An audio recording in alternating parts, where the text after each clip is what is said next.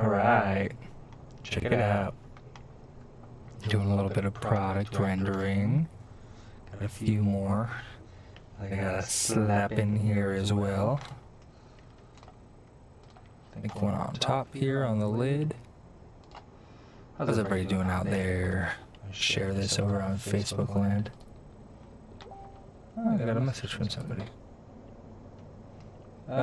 New music. I released this tune. Send it to some friends. Give me a follow on SoundCloud. Huh. We will take a listen.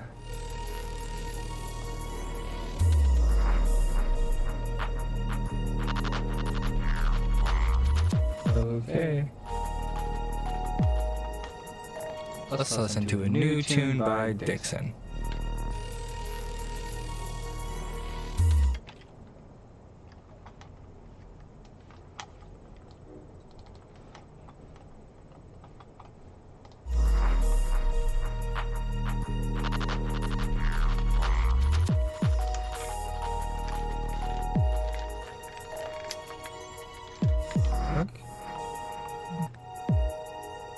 Interesting. Why can't I hear it?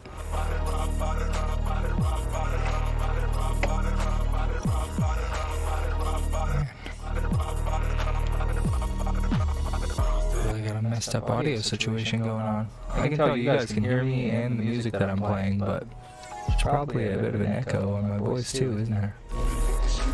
Let's see. Properties, performance mode.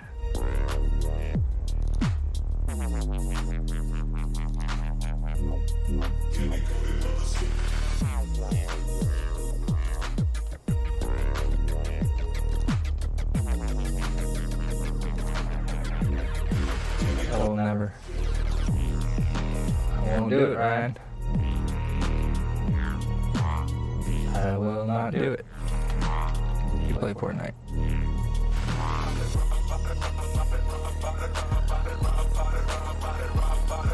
Yeah, unfortunately, I can't hear this tune at all. That's alright, I don't really need music. Maybe you guys do. Sorry, Dixon, I'll let the song play out, but I can't hear it.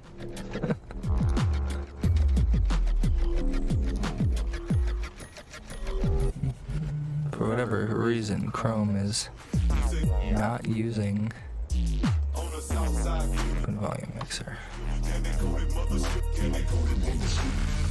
Discord's really quiet. Interesting. I'm gonna really have to hunker down and figure this boy out, aren't I? Ding.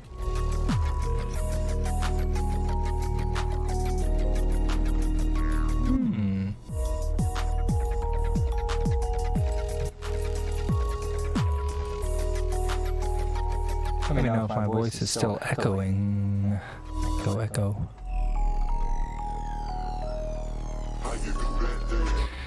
So I gotta get some labels on this biatch. Boop.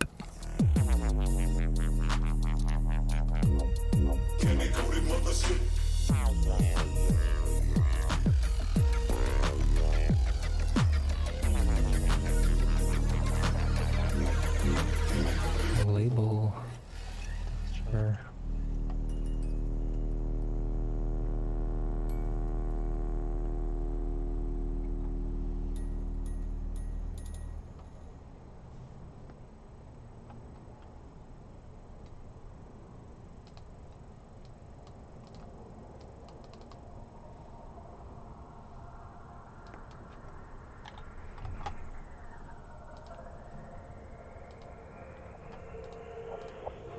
Lid, run the material, labels.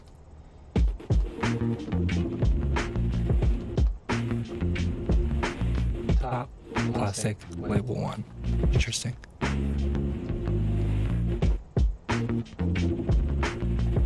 Scale it down.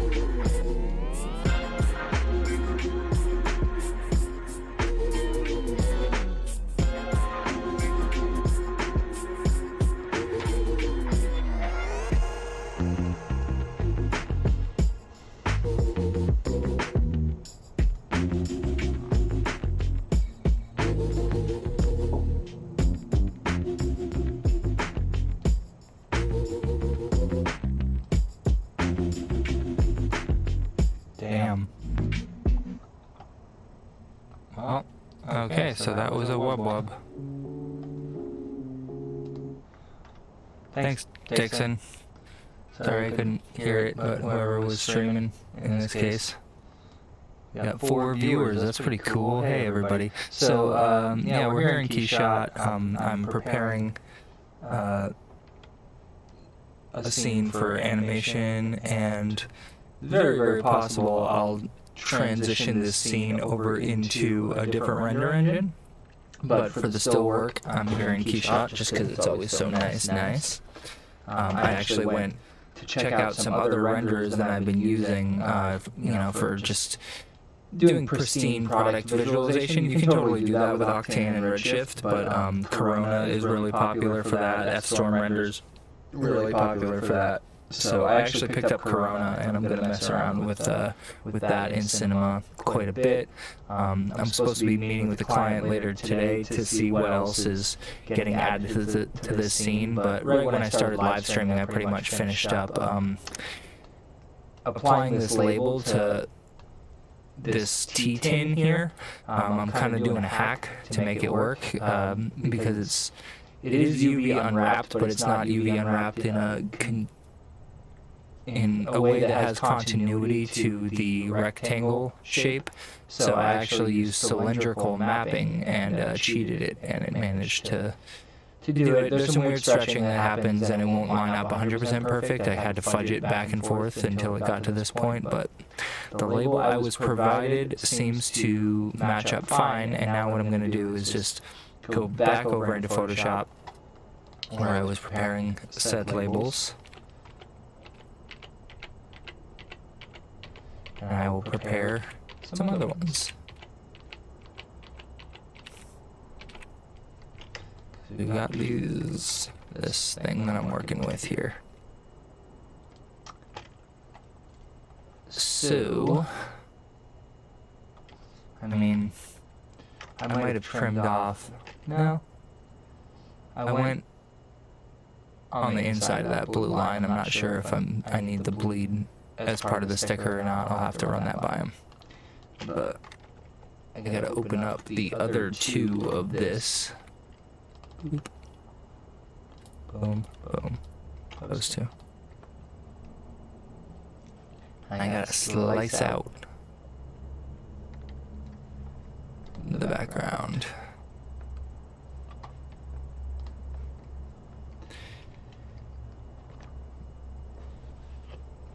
So let's see. Keyboard shortcut M for marquee. We're over here in Photoshop. I should share this on Facebook so people can tune if they want. So bad at that. How about you guys share it on Facebook? No, you don't have to. Boom. Crop that. Boop. Crop never seems to work as nice as I need it to. 1 and 2. 2. Good enough. Oh, not good enough. 12:45 p.m. I hate that Photoshop always adds that slice thing when you're tapping through your options for cropping. So I will export this. We will put this in our Bona assets. And it says label 2. And then I'm gonna duplicate this whole situation, and I'm gonna duplicate the textures, and I'm gonna swap them out for other stuff. So I gotta do a whole lot of copy pasting here. Let's see.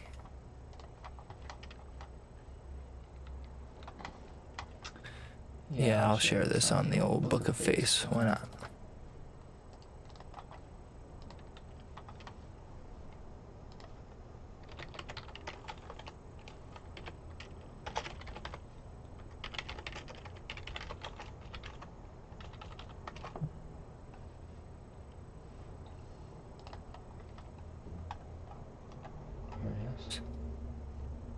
Hey, somebody liked it. Copy link. Put it on my page.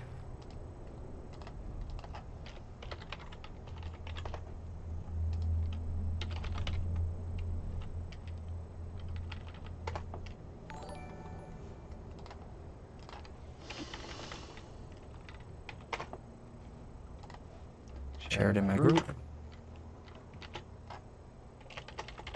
Try it out.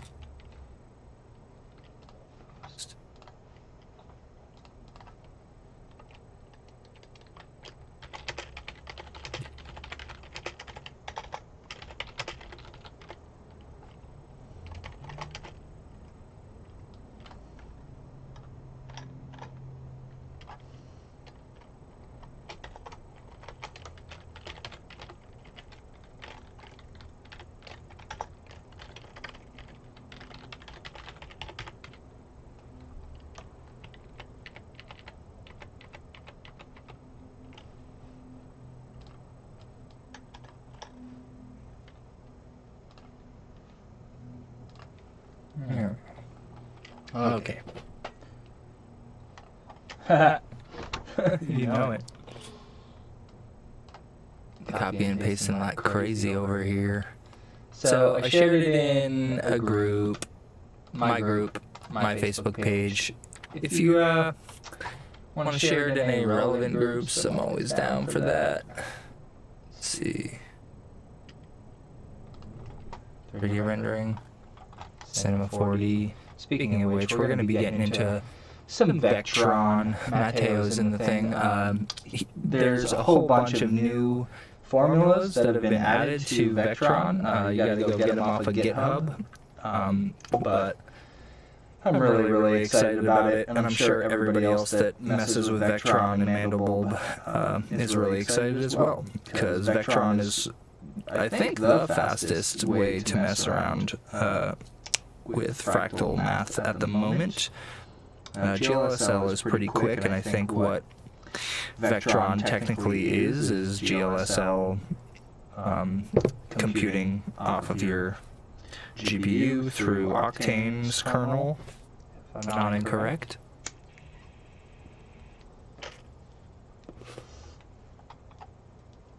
So, we got Cinema. We got Keyshot, we got Photoshop.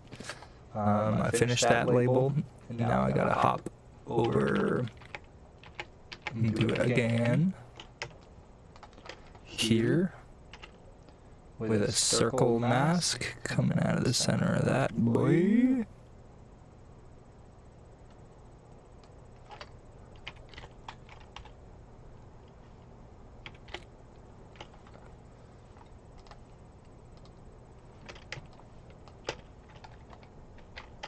Not perfect.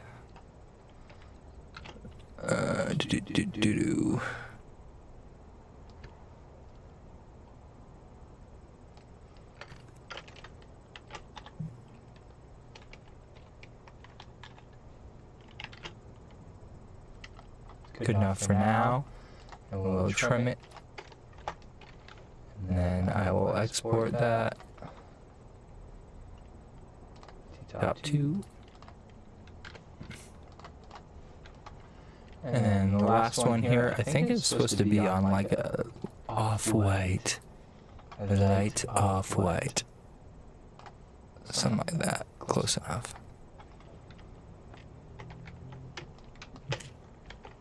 Okay. We're cropping these boys. It's nice to have the office set up again. Family is out on a trip. Short little family trip, and I have a moment to work, and I'm super grateful. Image crop. It's good enough to me. File, export.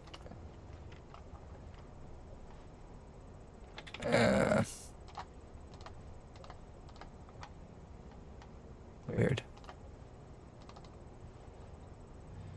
Label 3.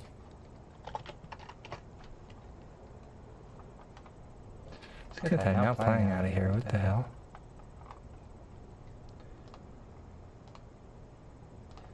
Events and goals.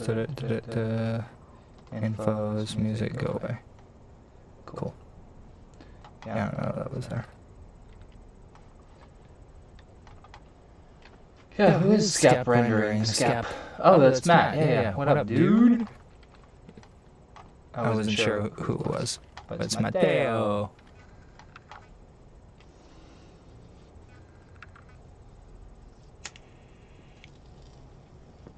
As an American might pronounce it Matteo. So I'm in case you're wondering what the hell it is I'm doing in Photoshop right here, I'm cropping out labels that are coming over here into Keyshot, and they're going on to these T-tins because I've got 3 different flavors of CBD. Really great, super high quality products, so definitely check this stuff out.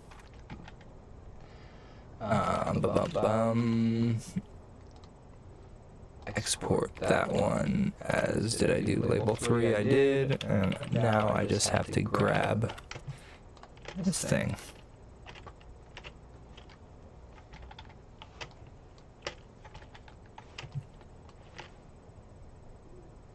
Kind of get in the middle, just like guessing. And that whole situation can get cropped. Control change 9.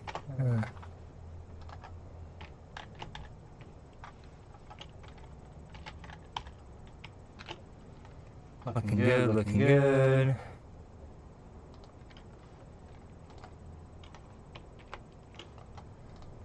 File, export as PNG. Nope. File, export PNG. That is T-top 3.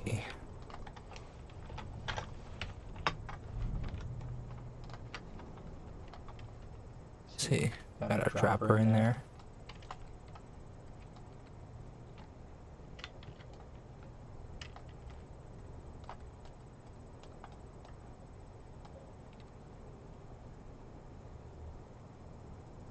So, now that we've got those, I'm going to save this real quick. Save as 3.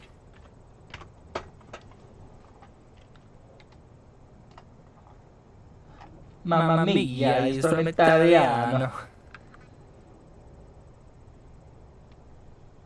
My real last name is Bucchino. If you're Italian, tell me what that means.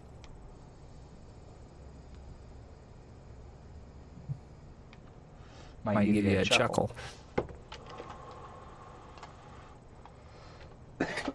So,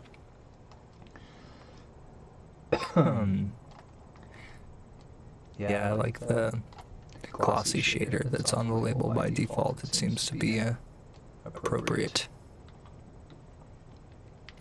So, we've got the whole box. We're going to duplicate it.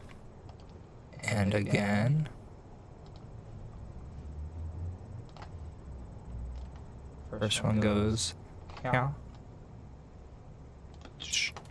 Next one goes that. Yeah.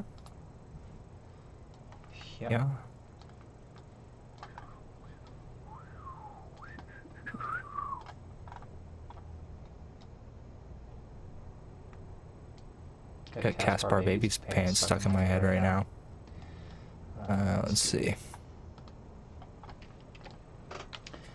So, Earl Grey and Dream.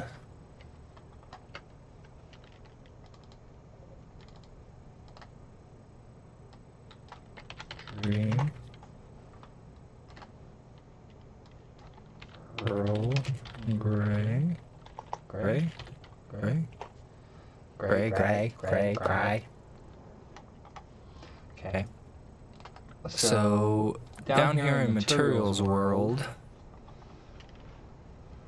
I've got all these now, and they are duplicated out, so that makes it extra easy for me to come in here and go to my label and go to here and swap it out for number deuce. Boop. Ooh, I don't like that I did that. 37.4.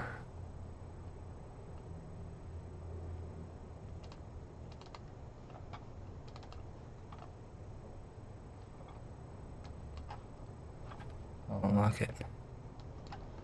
37.4. Okay.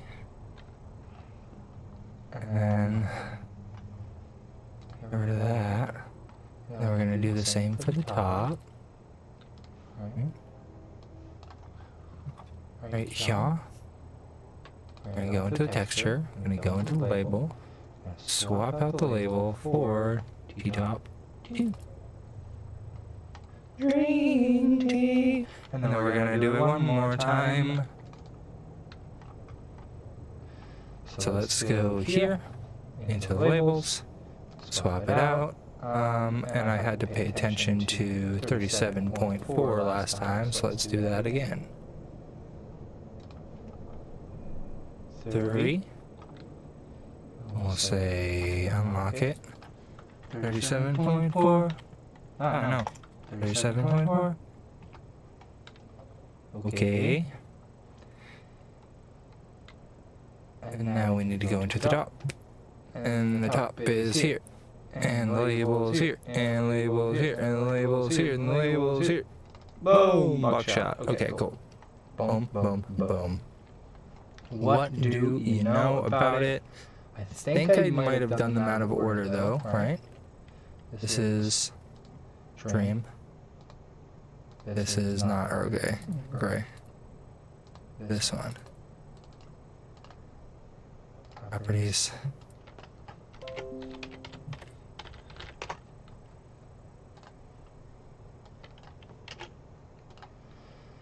Okay, save it. Files, save as.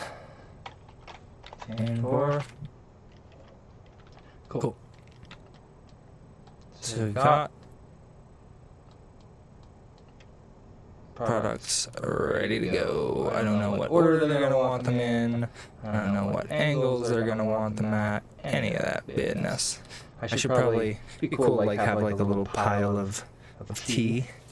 Which I have the tea here in front of me. And which one do I have? I have the Earl Grey. Oh my god, it smells so good. Oh yeah, wow. I'm not even a tea drinker. And this is the first time I'm smelling it, so this is like a AMSR. You guys want to listen to me smell it? Check this out. Oh yeah. Hold on, here's another one for you. Ah. Okay. Yep. I'll never do that again. Don't worry. Don't worry. That was only to torture the 2 viewers that I have right now. And again, feel free to share the stream if you enjoy watching me do all types of nerdy stuff. I've been completely discombobulated for like 3 months at least, maybe 4 months. I really want, almost more than anything, to become extremely consistent and efficient with my live streaming and my Patreon, etc., etc. Having kids has thrown so many wrenches in the works that, you know, you could guess that, right? Like anybody who's like hears me say that is probably like, oh, you should plan for that. But like, I don't know, in my heart of hearts, I'm like, I got this, and every single day there's something that comes up, something that I forgot about, something that, you know, requires full attention of a present father. So I have no qualms about playing that role. It just means that I can't get to the computer stuff. So I've been really excited to take on the last couple projects that I've been doing, and coincidentally they're all in the product rendering space, so this is kind of like this new place for me to be super comfortable in, because I always kind of did it either as you know, a hobbyist and someone who intends to do it more consistently, but recently a lot of people need this work, and I mean, you can see why. I mean, like, this looks exactly like a studio setup, and to do it physically, it's a lot of work. It's just as much work as I'm doing here, but it allows you to do, as you saw, I was able to swap out those labels pretty quickly, and I can change the placement of them, where they're sized and the color. And right now we have a basic studio that we're in, but I can have all types of stuff. Like I can try my best to make it look like it's in an actual room. So putting it on some butcher block wood. Something that's been really, really useful, by the way, Blender is like the best program ever, and it's getting better and better and better. So I'm in KeyShot because it looks good, but I actually have the same scene. Yeah, that double voice thing, I can't freaking figure it out. I don't know if it's Streamlabs that's giving me the problem, but my Focusrite combined with... like maybe I should try to use... Let's see. Tell me if I'm now using the webcam audio, which probably doesn't sound as crisp or nice, but tell me if it lacks the doubling when it's over here on this instead. Like all this shit is what I feel. This thing, down mix to mono, monitor off, and all these tracks, right? Mute output, monitor off. Should I do mute output? Monitor only, monitor and output.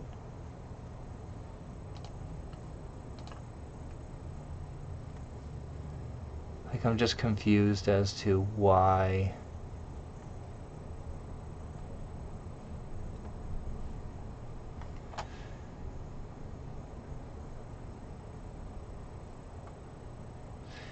Yeah, you're good now sounds like you have two sources unmuted. So, for whatever reason, the Focusrite, I mean, maybe it's taken in the webcam as well. Yeah, the webcam's listed twice here in advanced audio settings, so that's gotta be it. Logitech webcam, microphone. Yeah, like how do I delete the fact that there's two of these in here? Might have something to do with it. I don't know. Turn one of them down to 0, right? Or is that yeah, okay, that's the one I'm on now. So is there another one up high that's hidden? That's what it seems like. I hid one of the sources here.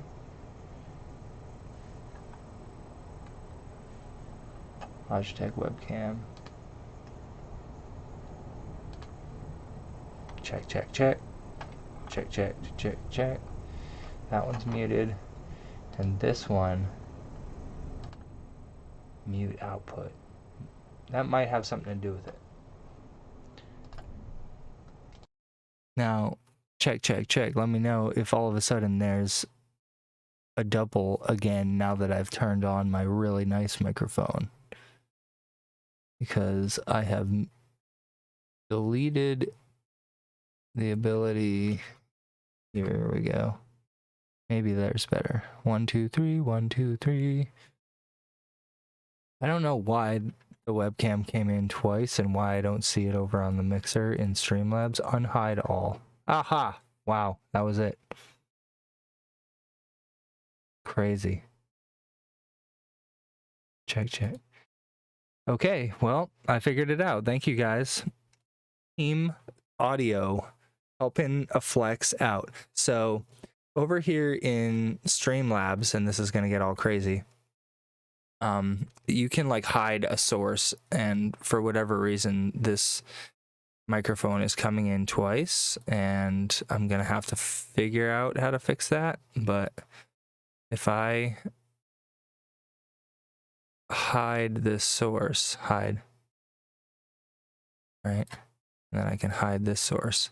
Now I've got my microphone and I've got my super nice mic down here. This is the webcam up top, and I don't like the webcam because it sounds like it's pretty good, but it's not as good as this. So there we go. Oh my gosh, you guys are lovely. Really lovely people. Beautiful. Hey, and what about me? What about me? Am I beautiful too? Thank you guys. I know you think I am. I don't even have to ask. I know Ryan really thinks I'm beautiful. So, okay, let's get back into the fun. And if Gable's chilling and watching, then you just know, my dude, that Blender learning is gonna happen. Right here, get yourself whatever computer you're on, whoever you are. This is like the easiest thing in the world to do, and I'd like to see you do it. Blender.org. Okay. When you come here, just download. Boom. Right? And if you want to get one of the beta versions and you get into the nitty gritty, you can scroll down and do this Blender experimental stuff. Don't worry about it for now until you get to that point where you're like, what's that about? Then you can do it. But you download Blender wherever you're downloading it to. 90.1 is out right now. I think that I'm on, I don't know why 0.1 isn't coming up right now, but I'm on 290.0 right here. Every single time that they add another little number, and this gets higher and higher, they keep changing and changing and adding and adding and adding and adding and adding. This program is changing so fast that, it's really exciting if you're into that. And if you're not into a program just like swapping things around all the time, you might get a little annoyed. But just like a year or maybe a year and a half, 2 years ago, Blender looked way different than this. It was in beta to look like this for a while, many years, I think. But then they released it, and now it's like way easier to use. It's way easier to get around. And then the newest version, 290.1, and then like the other ones that they have, and like they keep adding more and more ways to sort and search within these things and make it easier to deal with the buttons and all types of stuff. But for the most part, it's super easy to get around. The only thing that annoys me in this version that I'm in right now is like in the newer or beta or experimental, you can double click on these things and it'll open the relevant tab that goes for it. So right now that doesn't work. Super annoying. You would have to choose the camera, then you would have to go to the camera settings to be able to access it. In the case of the cube, and here, and you go here, cool, whatever. The reason I hopped into Blender is because I'm over here in Keyshot, and there's probably some models here, geometry, let's see. Yeah, no, there's not really anything in here. And I think that there's like a shop that you can go look through for like items to put in this scene that look like normal stuff. But what I've found is that Blender Kit is the best, like, fast way to do that. There's just all this stuff in here, and if you're not paying for Blender Kit, then you can't get like most of it. So now that I'm in here and looking at it and knowing that I use it so much, I'm probably going to go sign up today and buy it just so I have it. But you can type in the search bar here, and I can just do like table, right? And I'm like there's a lot of different kinds of tables, but the ones that are locked I can't get to. The ones that are not locked, however, I can. And like this little table right here, is it nice? I don't know. I want like a more like Art Deco table, maybe something with a weird shape.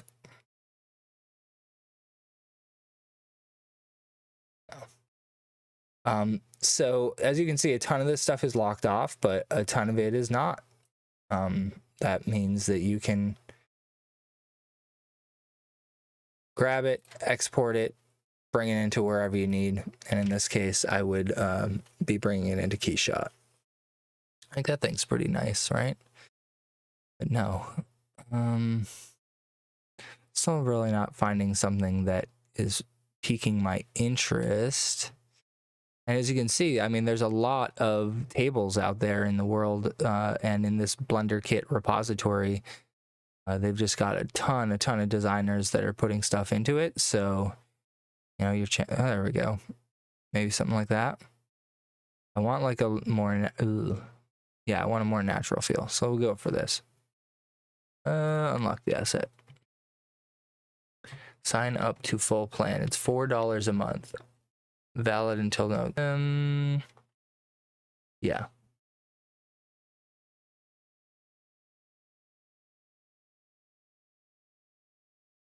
$4 a month. If you pay for a full year. 7.2 a month if you just pay straight up. So 4 times 12, $60 for the year.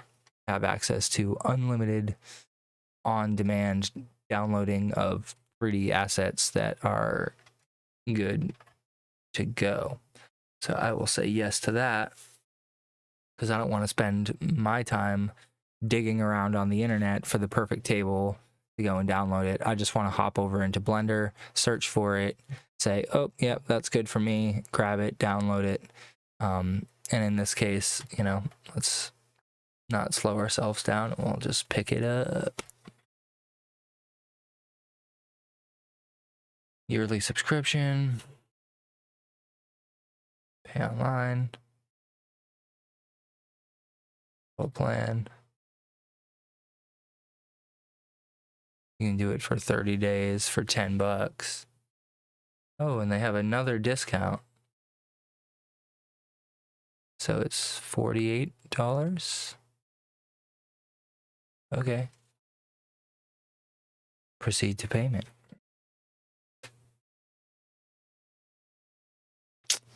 Well, I'm going to have to go and get my wallet.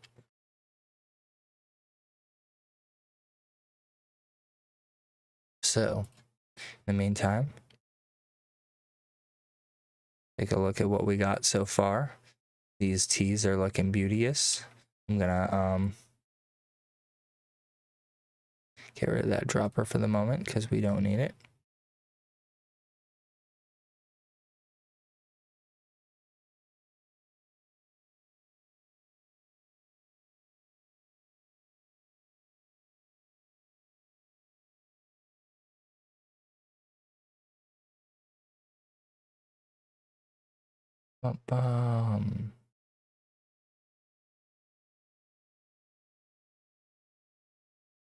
Send a basic render over to the client. We resolved the echo problem. That's super sick. I'm pretty happy about that.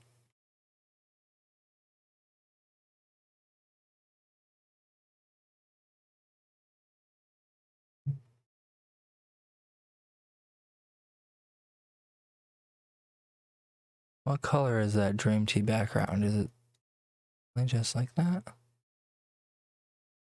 Sorry, I'm obsessing over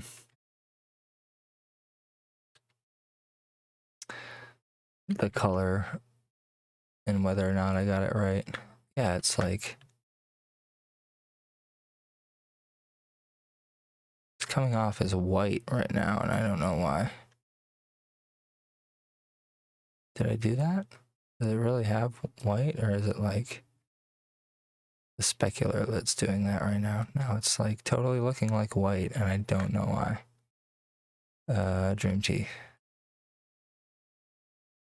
Right?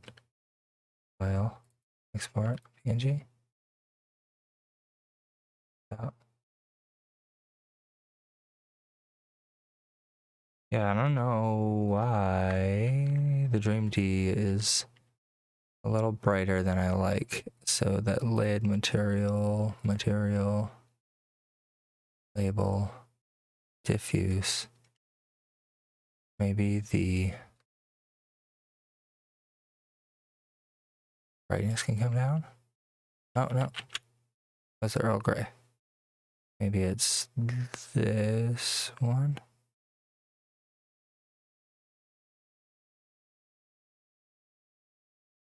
Label. Dream Tea. Brightness can come down. A little bit. Yeah, it didn't need to be like white. Right? Like a little dark gray. I don't know why it's coming through so much brighter than necessary. 6.9. Get it?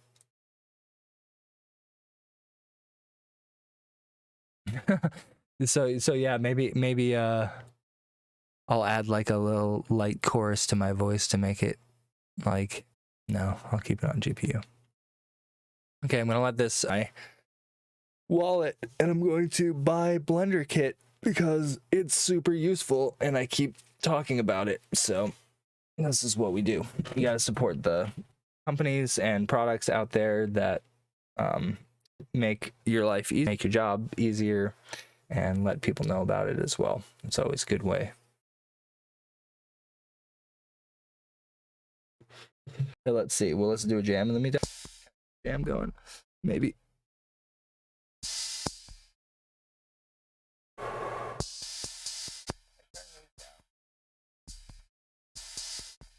Man, I'm just failing all over the place here. See if I do this.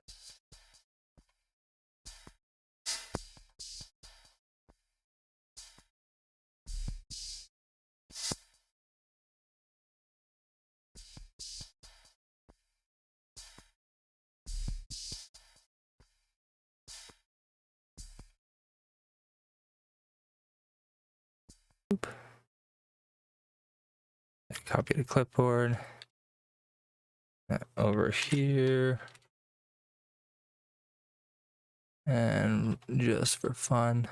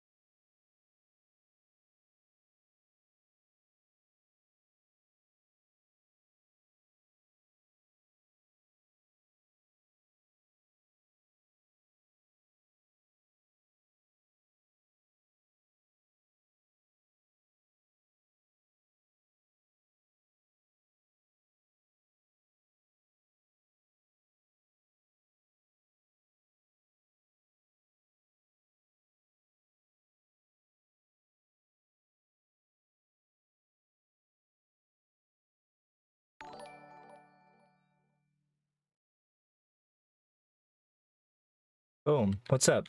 Thank you so much for the follow. Let the client know that I'm up.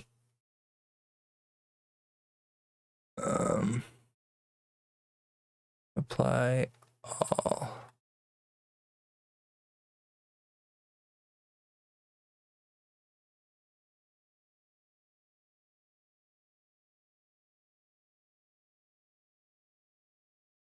Let's see, any.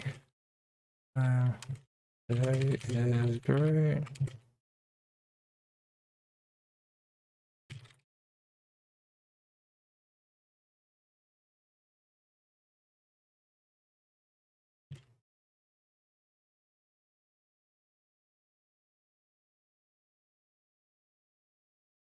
See what we got.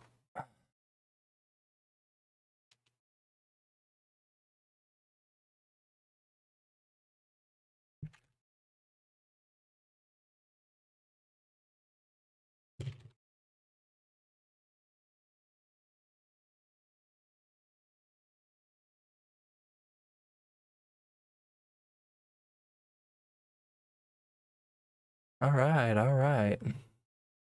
So we are going to attach files from the computer. Boom, boom, boom.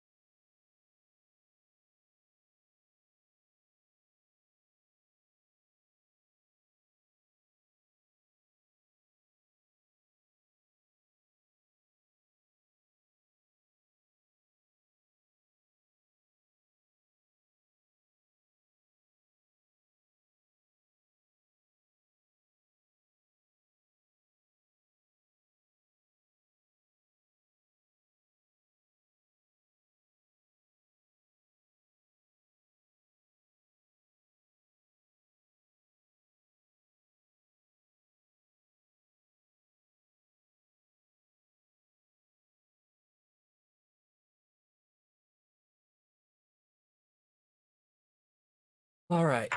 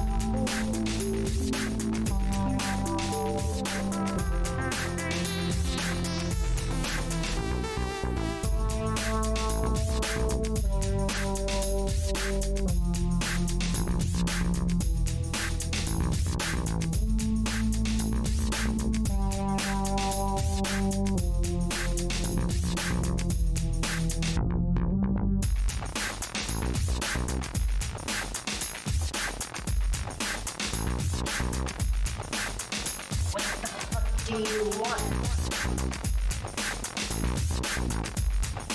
Why are you here?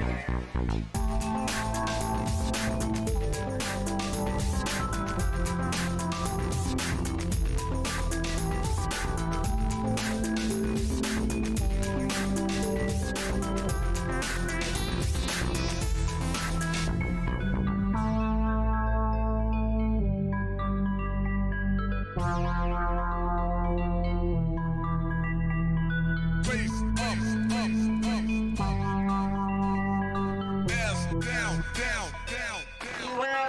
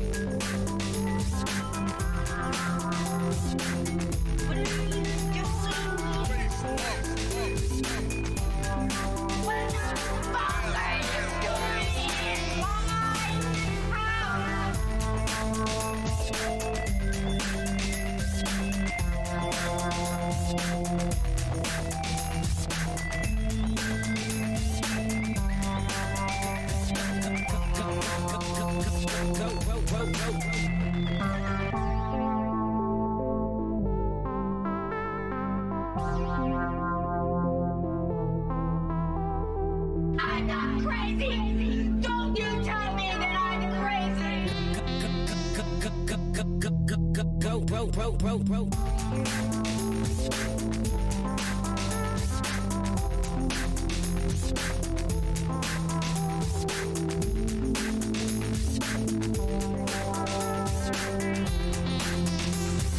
Why are you here? Why are you doing this? Coming in here?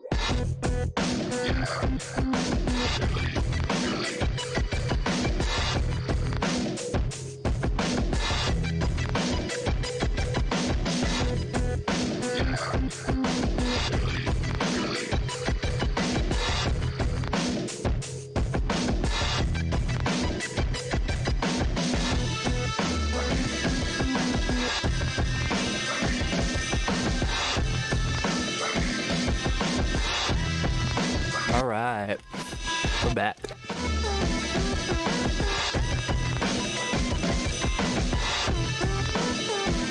Got my snacks. Got my water. Got my weed. Got my phone.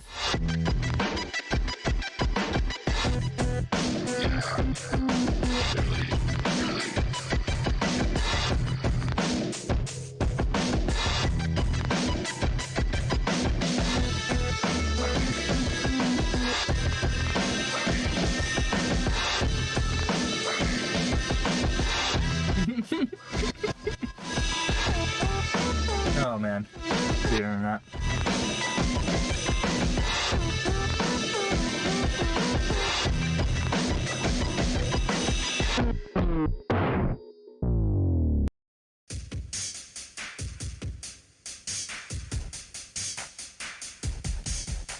Today is a day for mourning and remembering.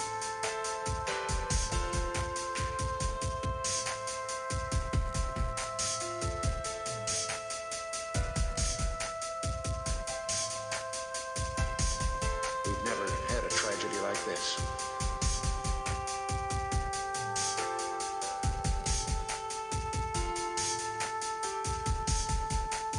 Today is a day for mourning and remembering.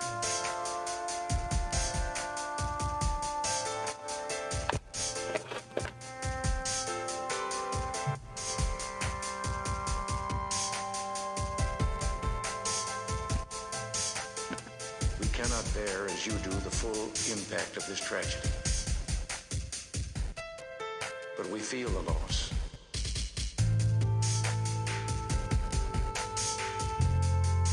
They had a hunger to explore the universe and discover its truths.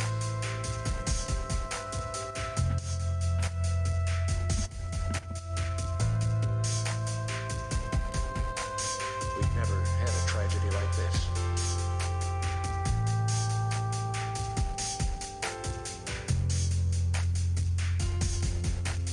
Today is a day for mourning and remembering.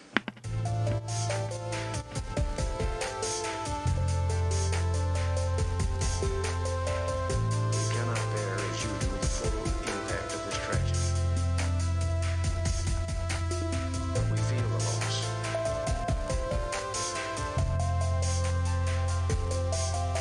But we feel the loss.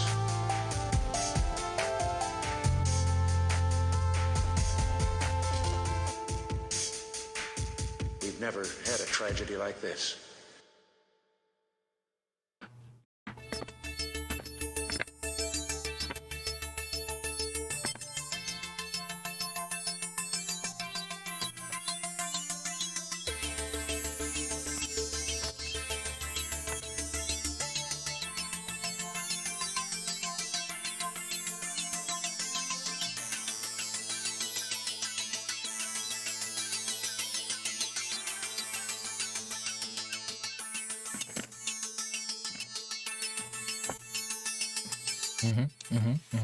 Okay. Now that you guys have got the Lex Crunch in effect, let's get back to this blender kit situation. I am purchasing blender kit right now because it's fantastic and I know I'm going to use it. And there's a deal on it. And this is my job. I like to have access to everything. So if you come an intern for me, we get everything here. I get all the licenses. You don't gotta fuck around with excuse my language, mess around with cracked software. It's all legit around here.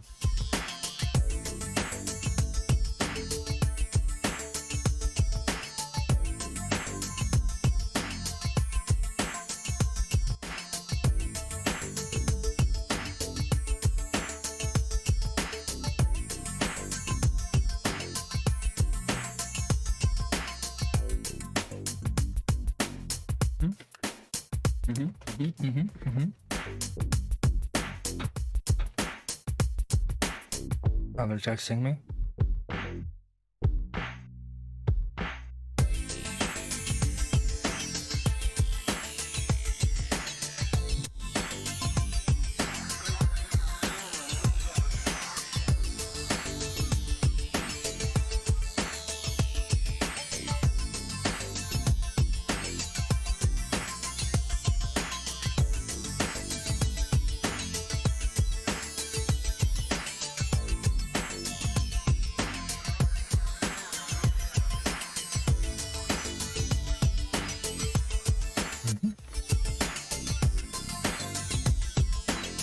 So, let's see. They did not text me yet. Mom, still waiting. There it is.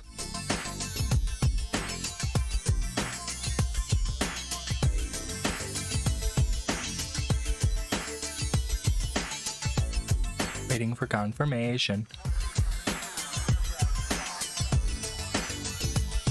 Tight.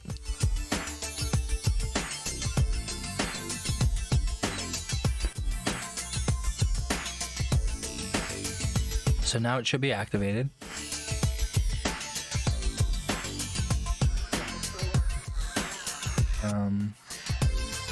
Hit preferences.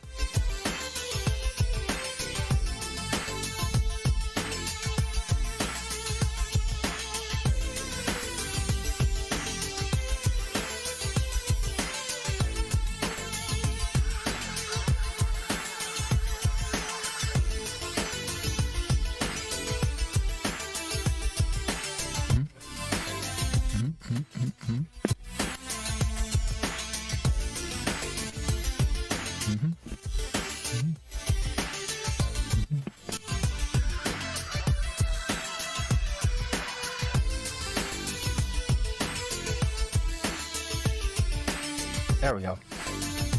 Now I have access to everything. That one's kind of nice. But stuff wouldn't stand up on it. So, no. I wanted that wood. That one's alright. See, like, I kind of want like a full scene like that. You know? The wall with a baseboard. I can model that stuff myself, obviously. Photo on the wall, a bowl on the table.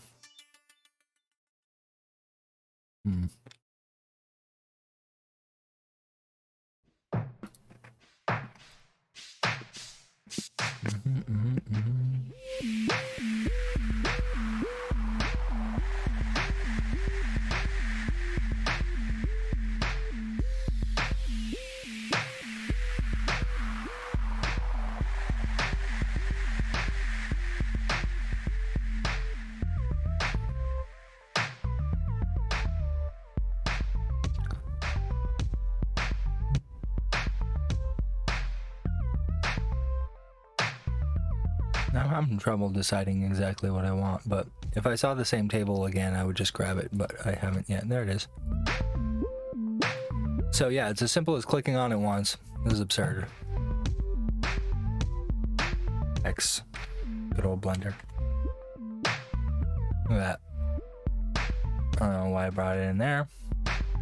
Delete it. Escape. This 3D cursor.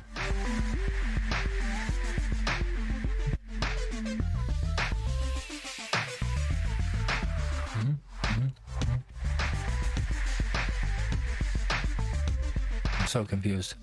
Anyway.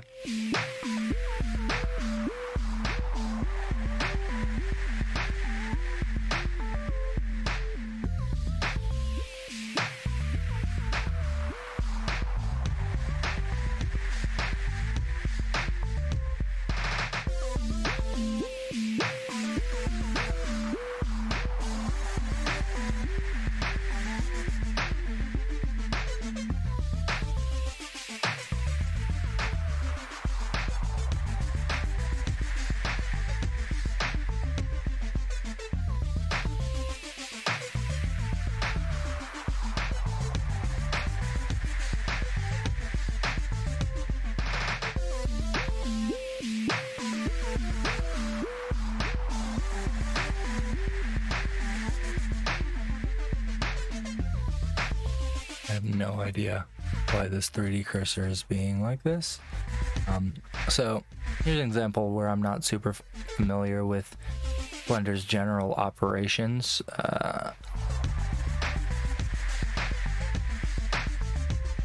This table.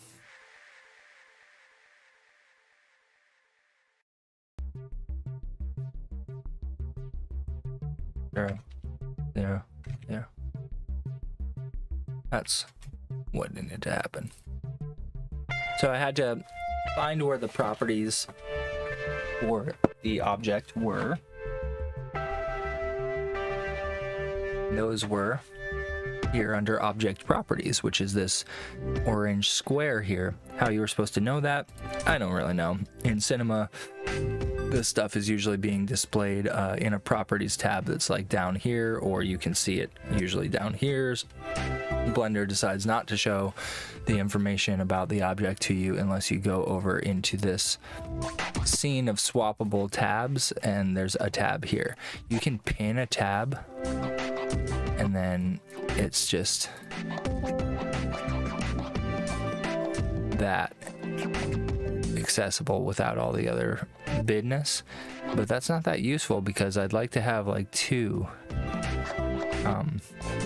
setups like this, and you can do that as well. You can split these out, create another one, do a horizontal split, boop, and now I could create another properties editor. And that one, I could choose that and do that. In that case, I have access to all the rest of this stuff while this is still here. Now,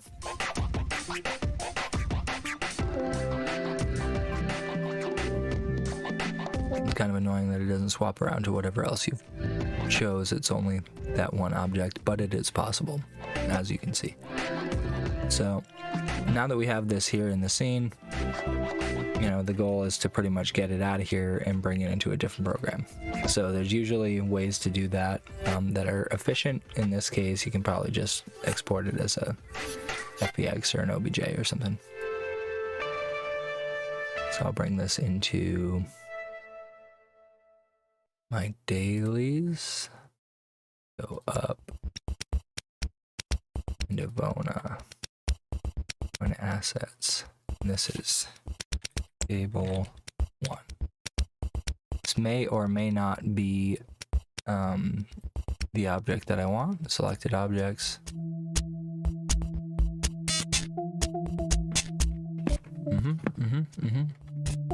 Now I can go over into Keyshop.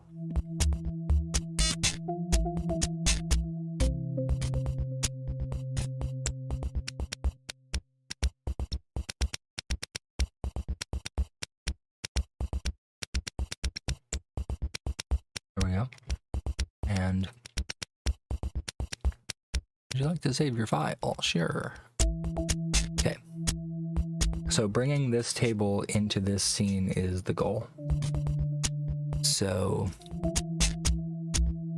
file, import, table, add to scene. I don't know what that. On regular import, the dialog will not be shown.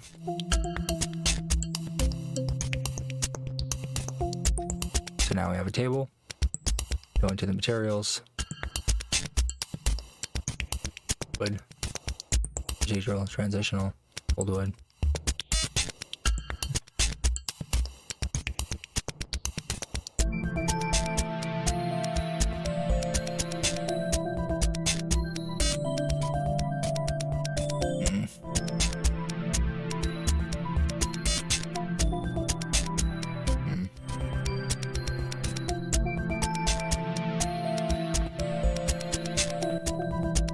Yeah, it's not bad. It's not like the worst thing, but it's obviously way smaller than necessary. Main, table, properties, position, like 10, 2,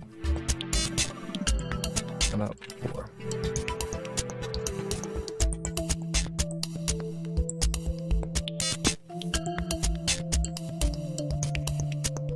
Got all this other stuff.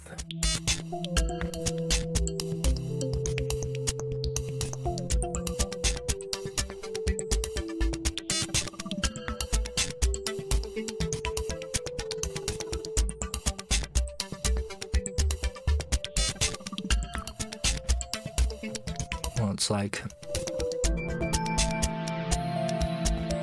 way smaller still.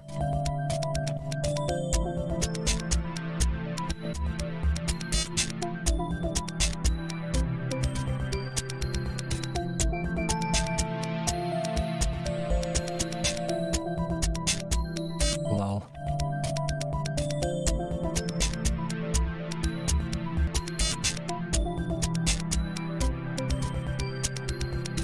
It's not great that there's like a way for these to fall.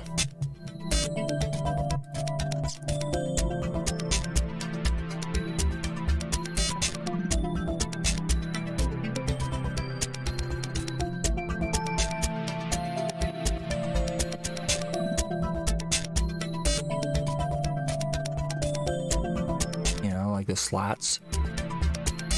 Oh my god, scaling them messed up those. Damn it. To change the size of the table.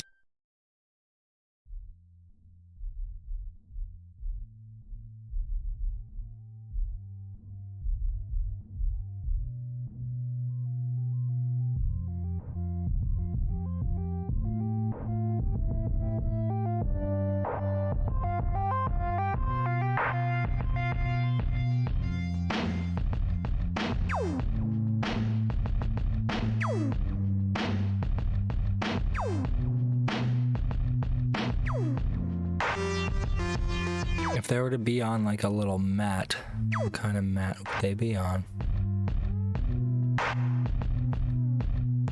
That material is scaled really poorly.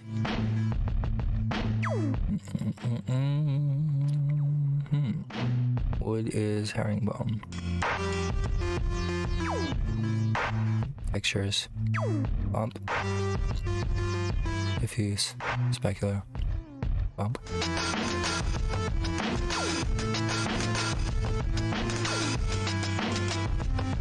About the texture.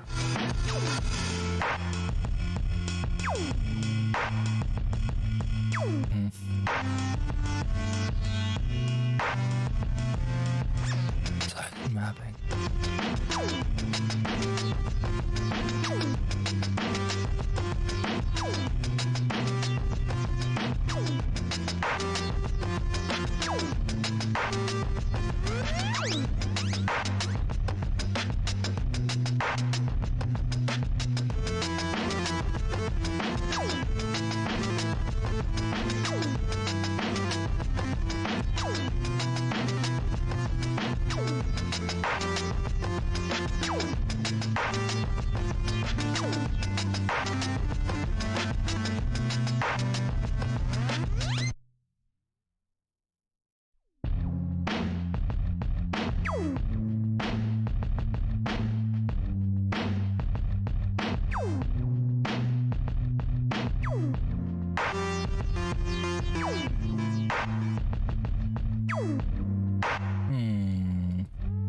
I know there's an easy way to scale this texture, and I'm not really finding it right now, and that's pretty annoying. It's one of those quirks.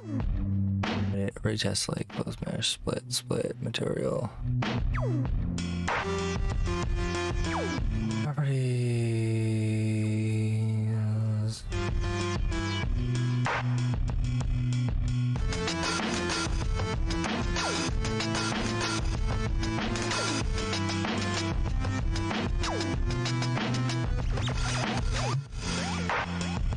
Yeah, so I didn't really love that table in the end, but you saw how easy it was to get it back and forth.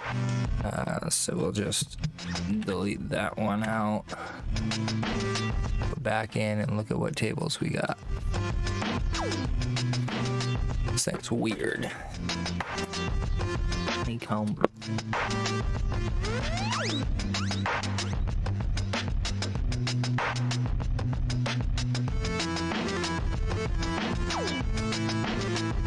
I'm just gonna keep browsing the old way.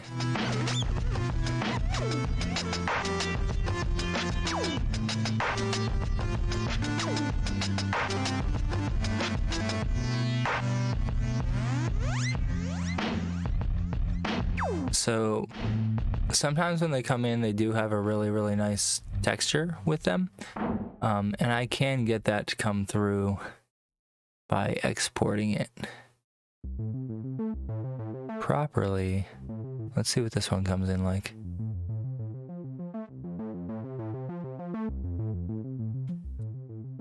Zero, zero, zero.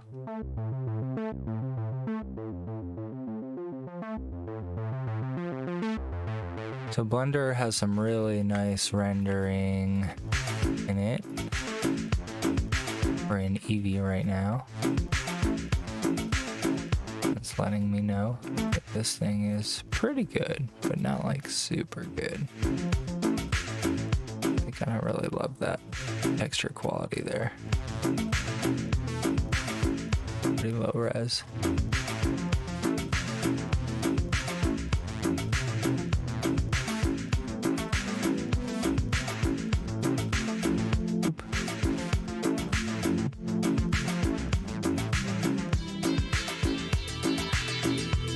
So weird. 0, 0, 0.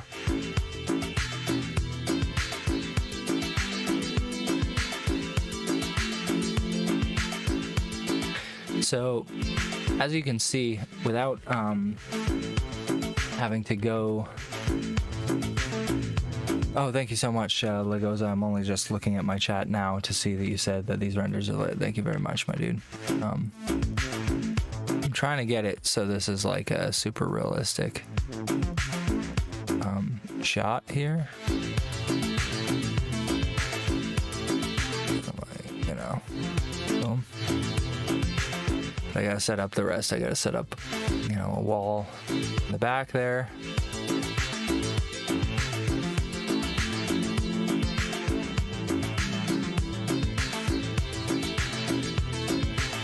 Blender over here is doing its thing.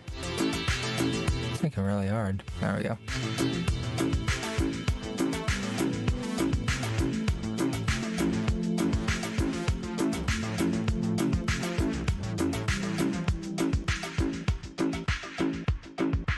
I don't know why it's being weird like that. Okay, so this table as well needs to come on down. Come on down. And then here, G, X, Y. Oop. It's like that table is pretty sweet. But I'm gonna keep looking. Find something that really stands out to me.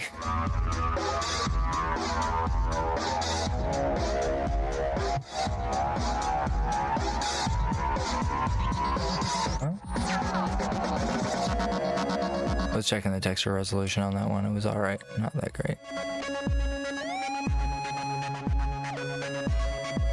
Table lamp. I mean, interesting.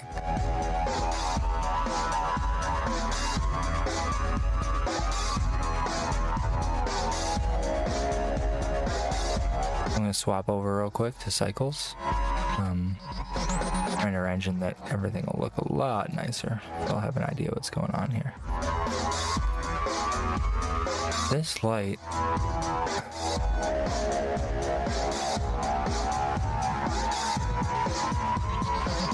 Zero, zero, zero.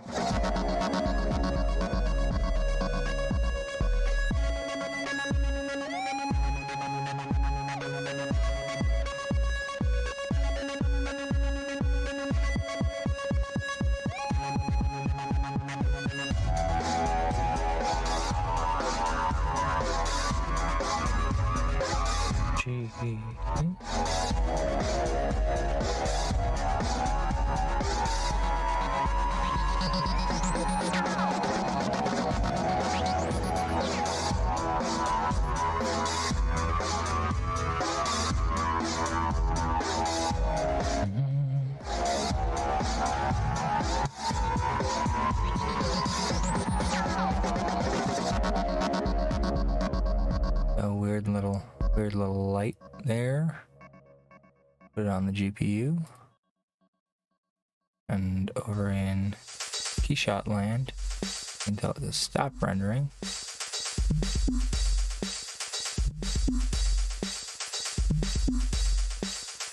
And here in the viewport, we can say you can go to 128 as well. Nobody's upset at you. Adaptive. Noise threshold should be 0.003. Noising in the viewport.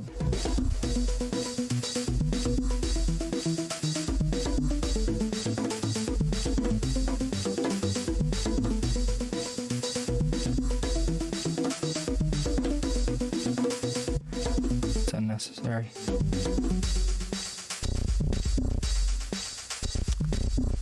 We'll turn off the viewport denoising because it's like not that important. I don't know why we would need it with as powerful as machines as we have and with it slowing it down that much. I'm gonna take a pause when my client gives me the ring.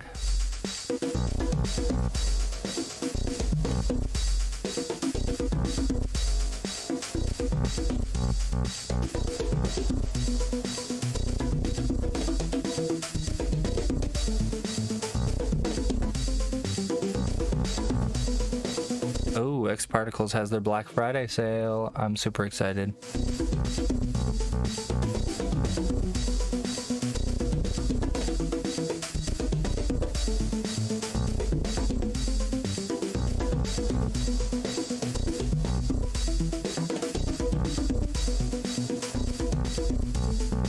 Oh my god, this merchandise is so bad. Oh my god, you guys. It's so bad. Talk about what love is. Love is an affection towards somebody, and it's Rough. a pleasant feeling. Insidium bundle cycles Insidium maintenance ingredient. Molecules interacting in the brain.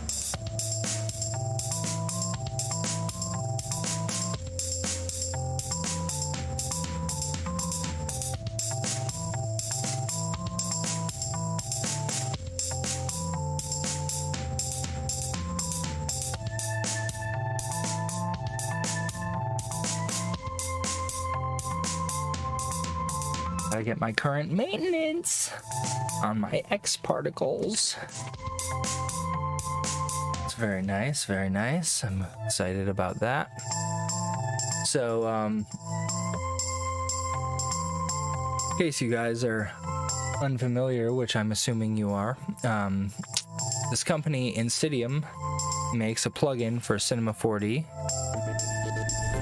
that does all these crazy smoky and sparkly, particly, shattery effects.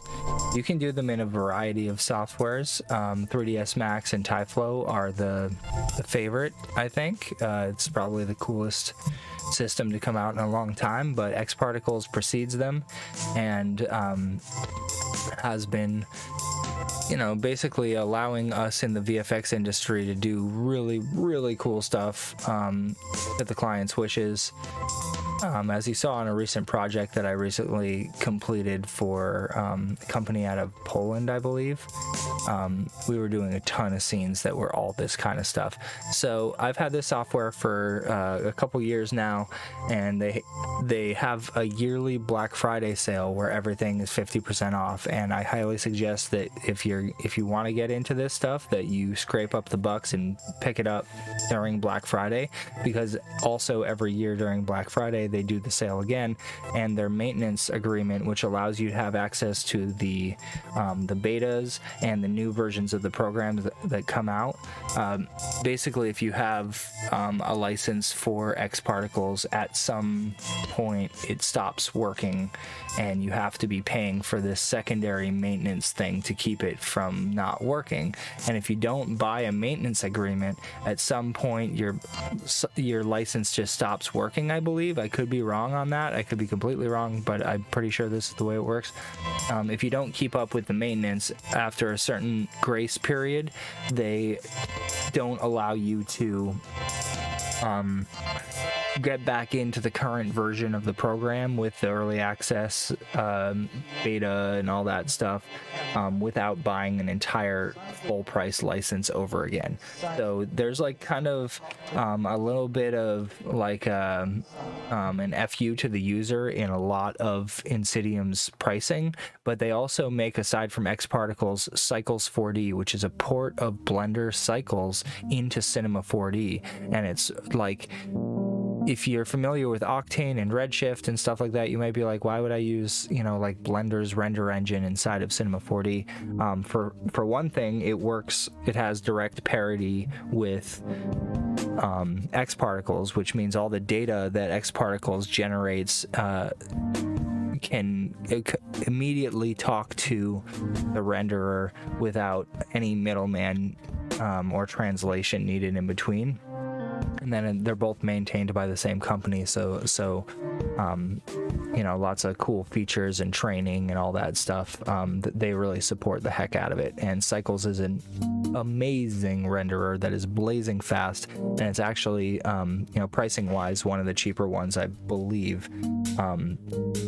So I highly suggest, if you're into looking at render engines and deciding which one you want, check out Cycles. It's really great. If you want to get it right now, it's half off. If you want to get X Particles right now, it's half off. If you want to get them both together, they're both half off. They're not paying me to say any of this, and they should be, because I use this program a lot, and they seem like the type of company that would never pay anyone to say anything aside from Bob Walmsley and his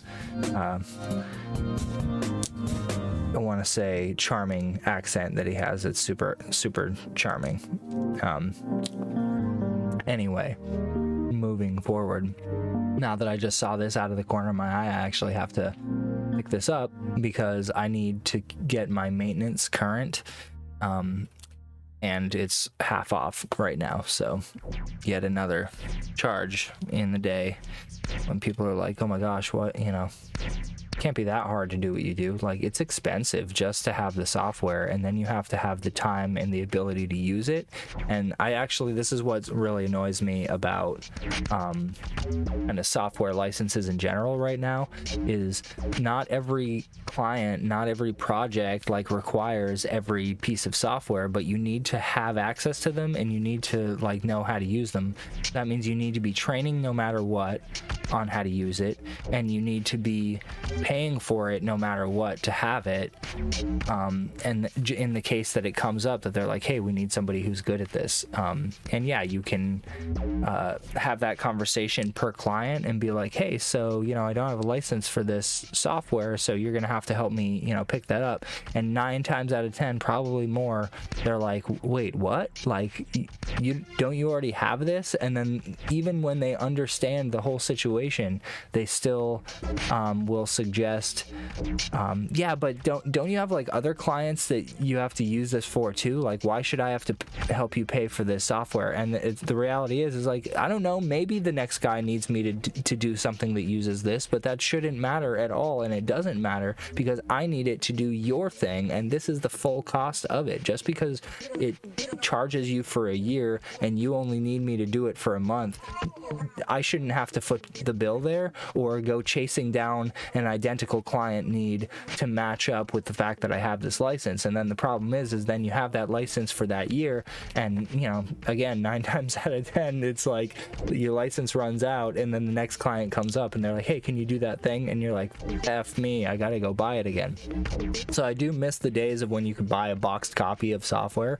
I love rapid updates and frequent cool features that they add through the internet, but I do miss being able to just buy a license to something and have it and feel like that was enough. You know, they're constantly upgrading these programs, and when I say these programs, I mean I personally use like 40 plus programs in my production work, and almost every day there's like a new update, new version, new license, new update. So it's a lot to keep up with. It's mind-boggling at times, but it's really worth it. It's rewarding because then I just sit down and I know, you know, I have the cutting-edge technology. So X Particles is definitely getting purchased by me today.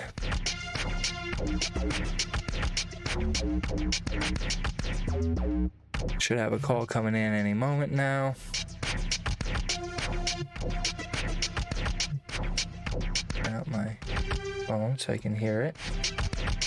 Got a call from Florida yesterday. That's weird.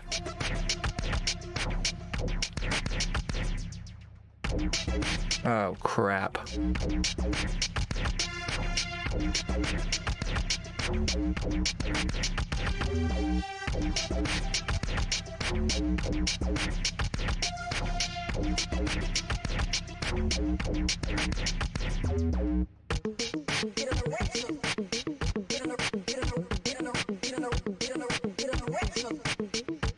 Oh my god, I missed it.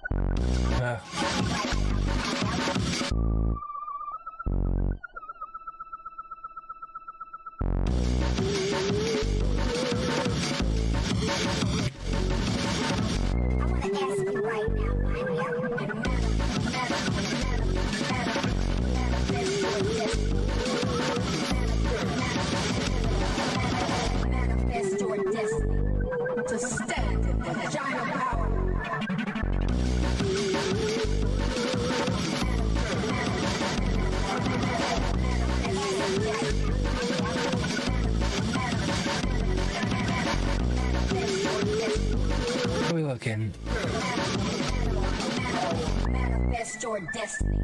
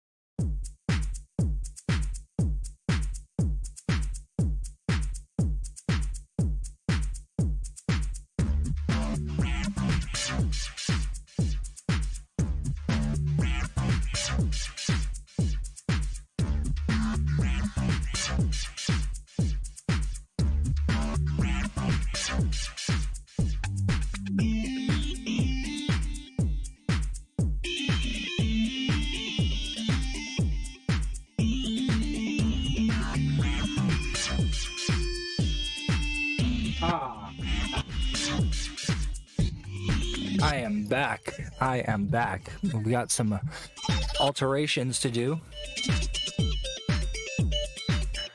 So it appears that I will need to change the top labels.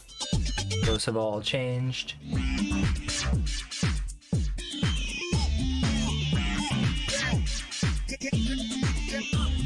So I'm going to have this is the product here. I'm gonna have to have a label that goes along the top and then comes down the sides. So I'm kind of not 100% sure of how I can make that work the way that I need it to here on the lid, because I've got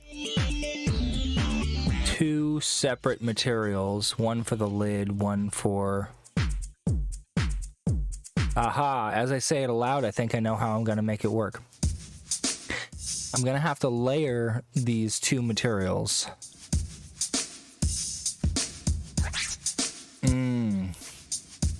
I think I know how I'm going to make it work, but I'm not 100% sure.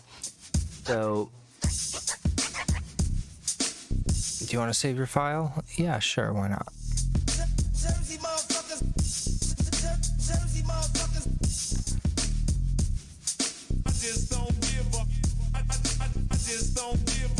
They sent me new labels to open up. They are InDesign files, so let's do that.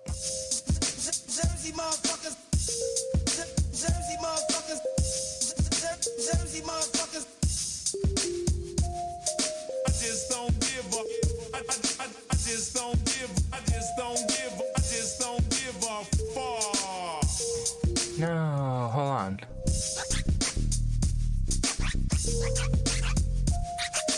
No, I don't have this one. Assets,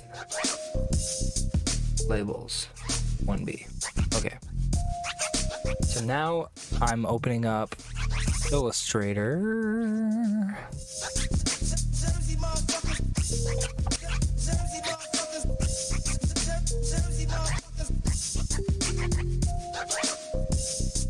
I'm gonna make myself a nice big steak today. Y'all like steak?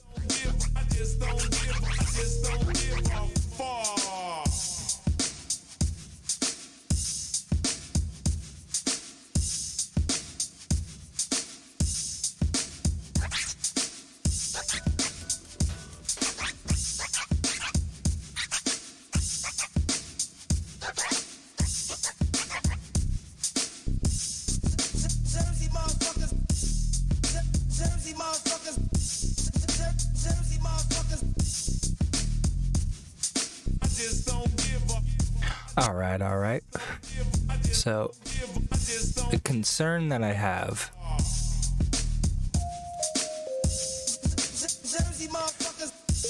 is that I have to layer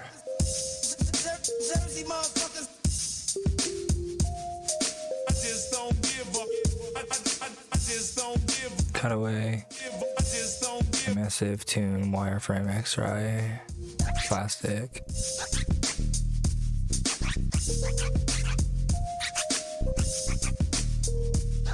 Utilities, mapping 2D, color composite.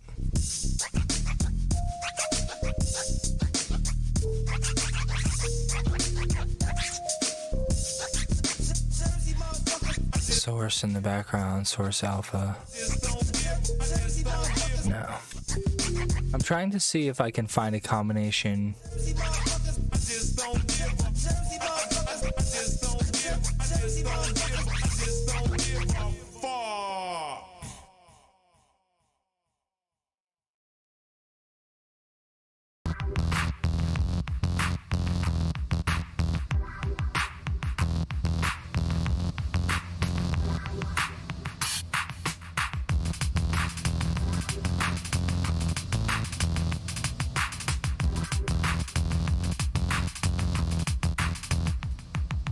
Okay, each of these things has a different mapping type. So that makes me feel okay. And what I think I can do is remove these duplicated ones. This.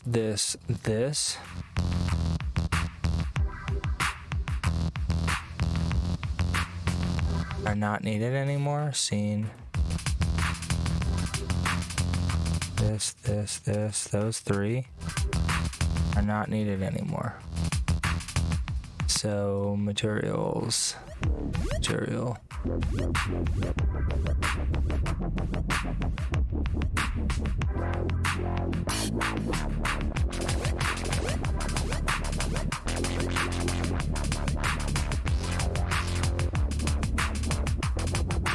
Lids of each do not need their own material.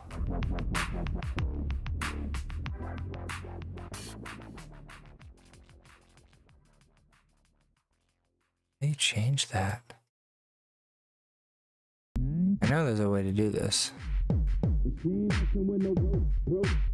Now I ain't saying she a broke, but she ain't messing with no gold digger.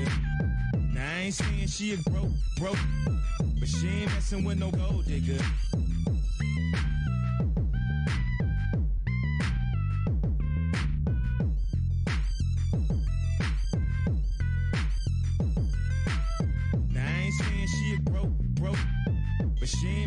no gold digger. Now I ain't saying she a broke. I'm gonna clean up this scene because there's a bunch of leftover crap that I do not need, that I have left around for no reason. That's not good. That bottle can stay.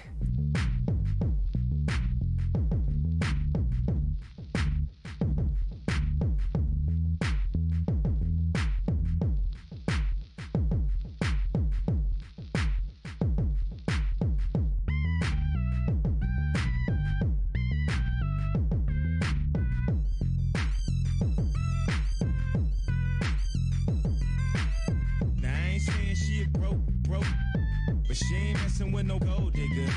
Now I ain't saying she a broke, but she ain't messing with no gold digger. The scene already had a bunch of crap in it that I should have cleaned up a while ago, so this is for the best. Now I ain't saying she a broke. Okay, there we go. Now I ain't saying she a broke, but she ain't messing with no gold digger.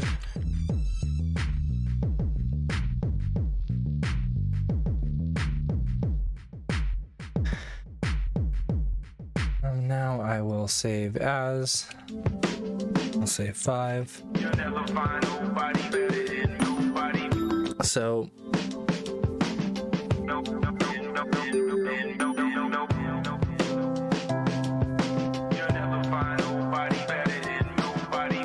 the lid and the T10 each.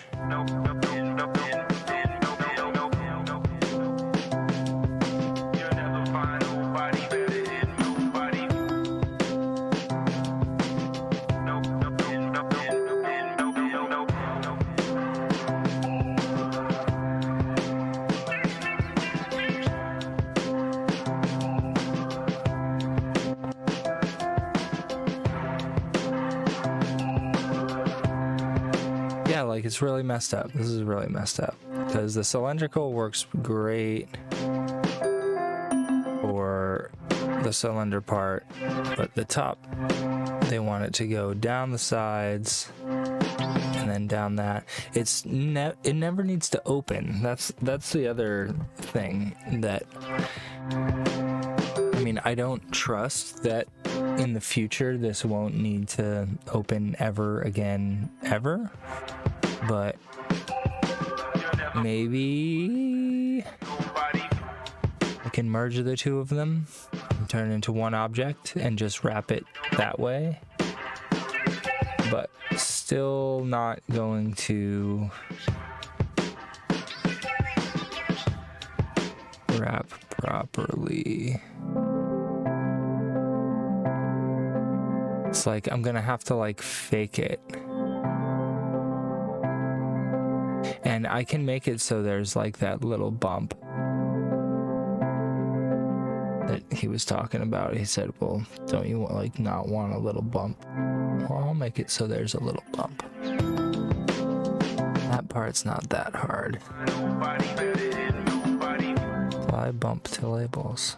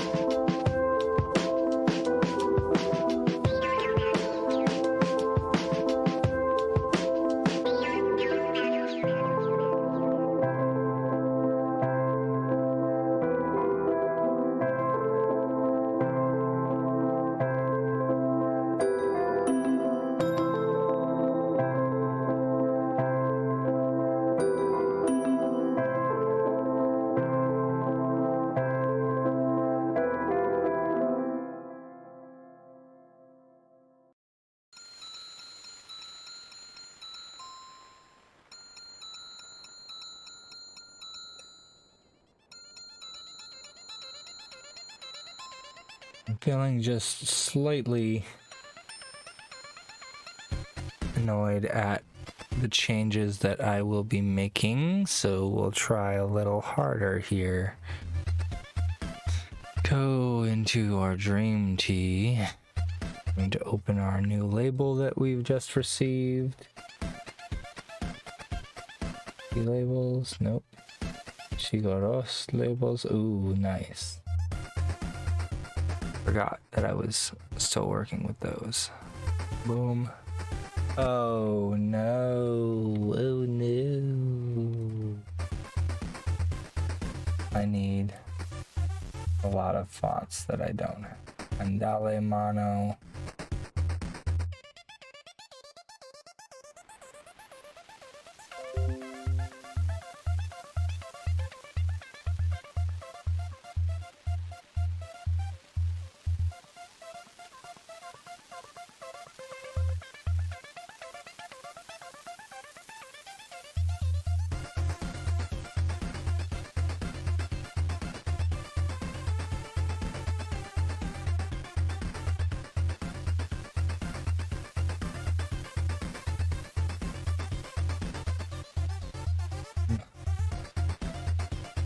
Now I've got to find some fonts.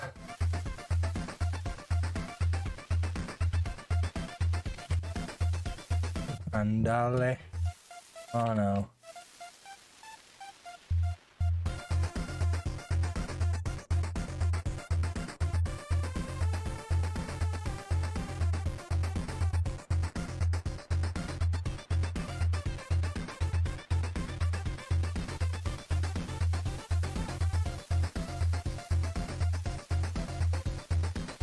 Okay, and then active grotesque hairline. That was fast, right? Active grotesque hairline.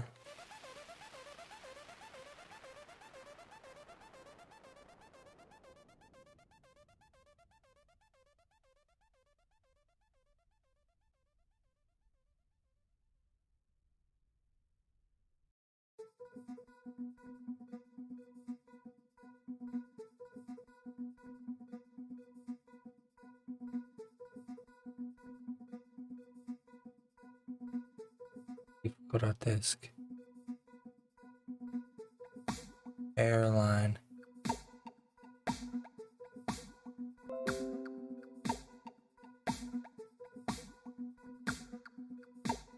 Yeah, it is available.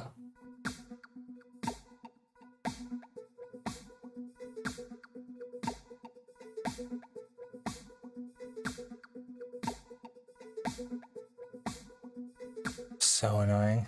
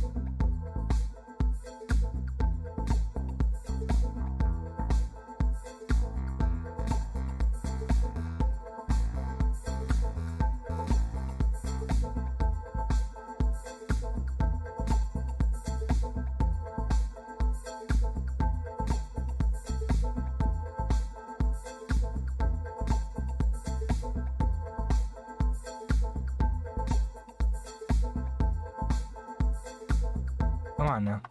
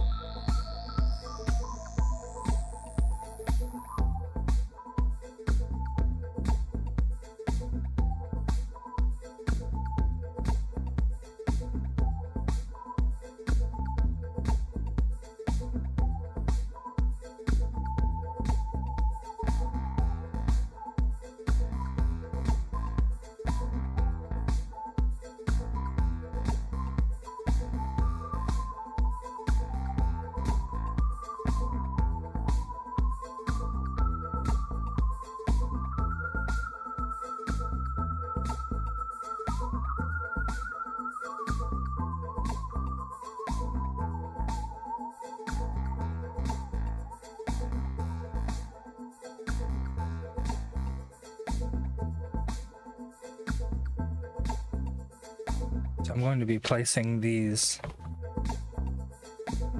into these bottles. I suppose much like this, but I don't know how far it's supposed to go. And I believe they're supposed to be rounded, so we'll have to do that too. So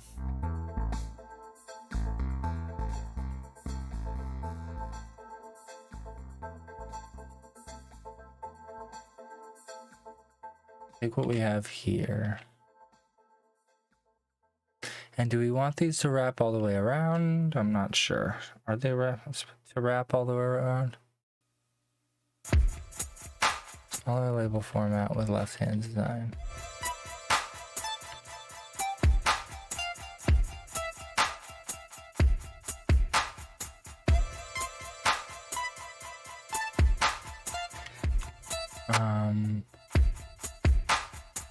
I will ask the client if they are to wrap flush or not.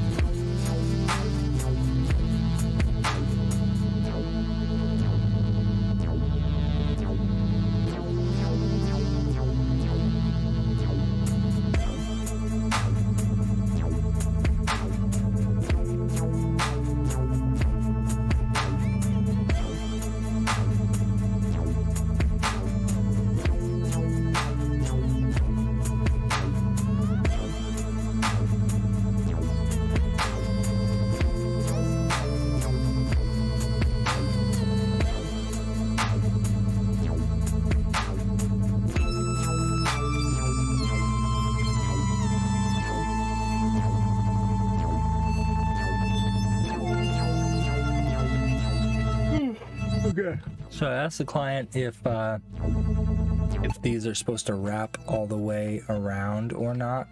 As you can see here with the bottles that I have in hand, they stop and they're rounded. There's like a significant gap, as you can see, between the label. So I'm asking if this new label goes all the way around or if there's still that gap, and if there is the gap, do we still want the rounded corners, which I would assume yes to the rounded corners. You don't assume anything in the world of graphic design. If you go ahead and do it 90% of the time or more, you're gonna find out that you did the exact opposite of what you were supposed to do. So always double check. Those are coming in, and the one other thing I have to mess with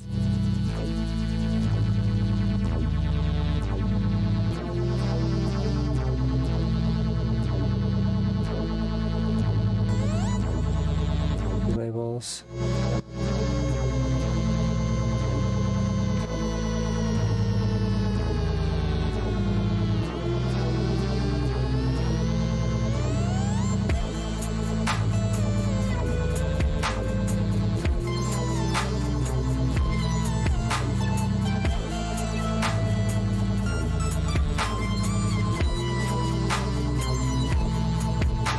the right one.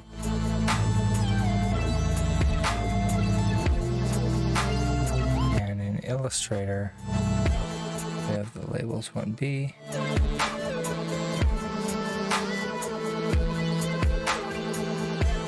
Outline B. InDesign.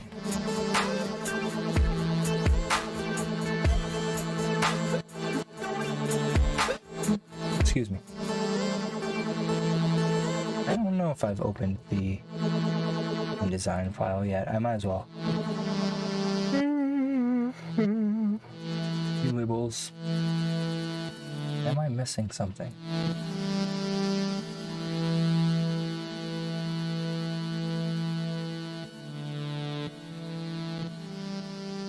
You just sent this thing to me.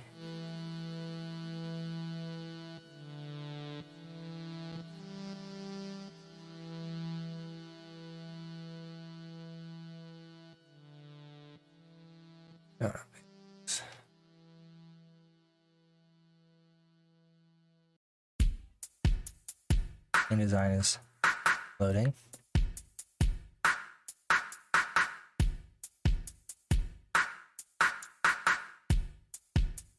Okay, so that's not what we need. InDesign. Oh, I opened After Effects by mistake. The whole suite is coming with us. Save changes or closing, cancel. Oh, After Effects. I don't need you. No. Okay. I'm so confused. He's sent me. There we go. There we go. That's why I have not yet downloaded the ones that I need to. There it is. There it is. I need to open that one over in here. File open.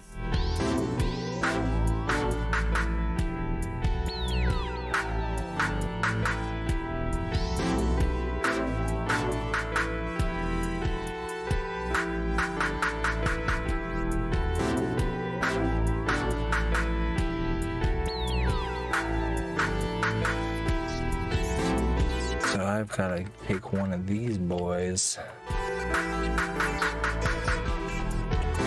I feel like I could fudge the rest of it with some manual placement. Like flat uniform textures. So, let's see if we can get this done.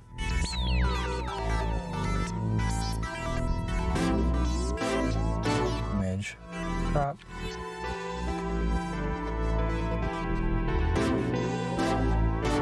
Image, trim.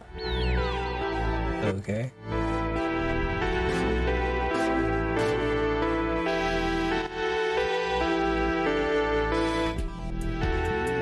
Save file, import PNG. Here, assets. This is the T-top. Now we're going to experiment over here in KeyShot to see if we can get this to work the way I want it to without too much futzing about, and I doubt that it'll be easy.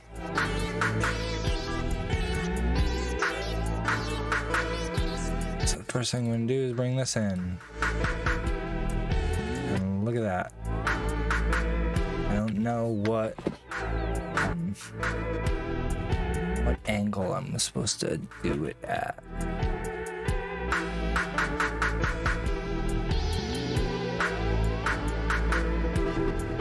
Let's go back to our labels. Say move texture. We're just gonna rotate that boy. Surprised how easy that was. To be honest. So getting the rest to go down here is like the the challenge of the day here. I can... How am I gonna do it? How am I gonna do it? I'm gonna figure it out. I'm gonna figure it out. I'm just not sure at all how I'm gonna do it. Okay, so I might as well just do the same here then, huh? Labels. Replace it with this. Love it, man. Like, what?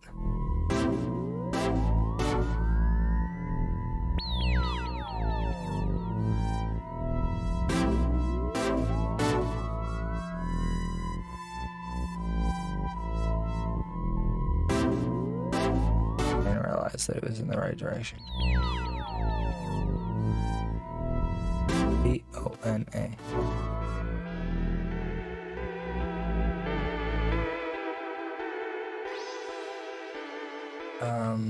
The noise can be turned on when we have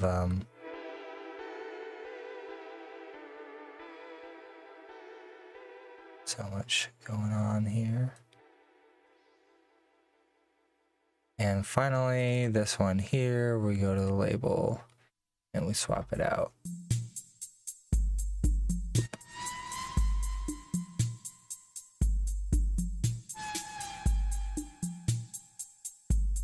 Now I need to swap out the label. That shouldn't be too hard, right? So let's just grab this. What's on there now? A white one. On the white one or the black one? We go with the black one because it's easier to tell like what's going on. I'm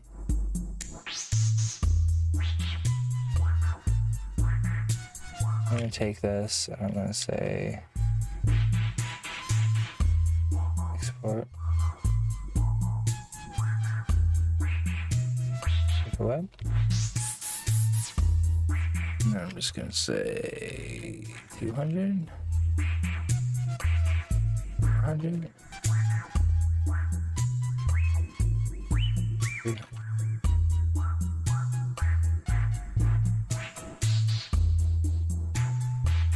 Okay.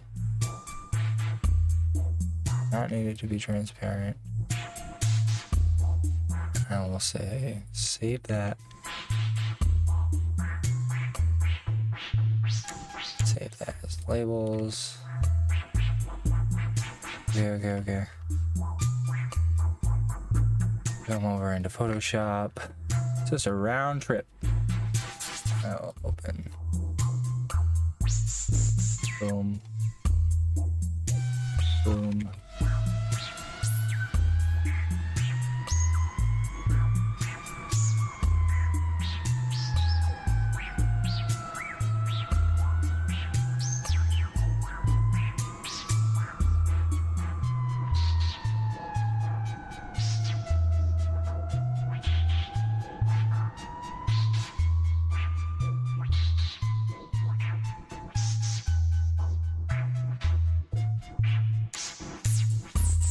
Okay.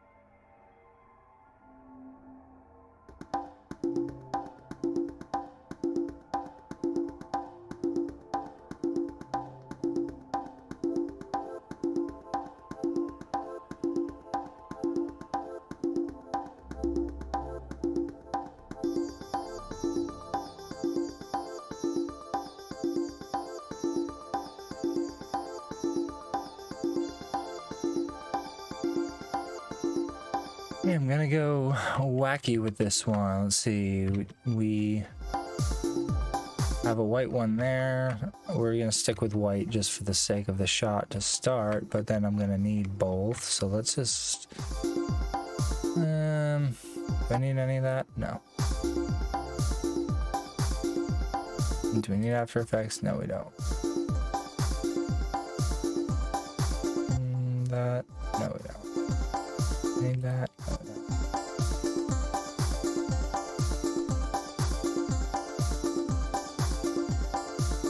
So, we'll get out of Illustrator. Do you want to save it? Yeah.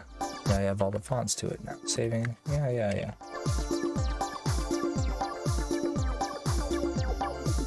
Now we're over here.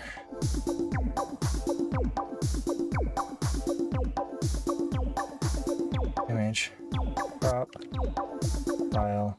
Export. Save it. This is fake.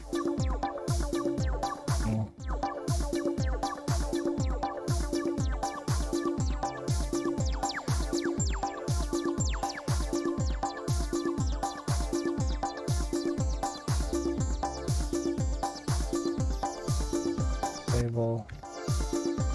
Go over into here. Go right here. Go into the texture. Swap it out for.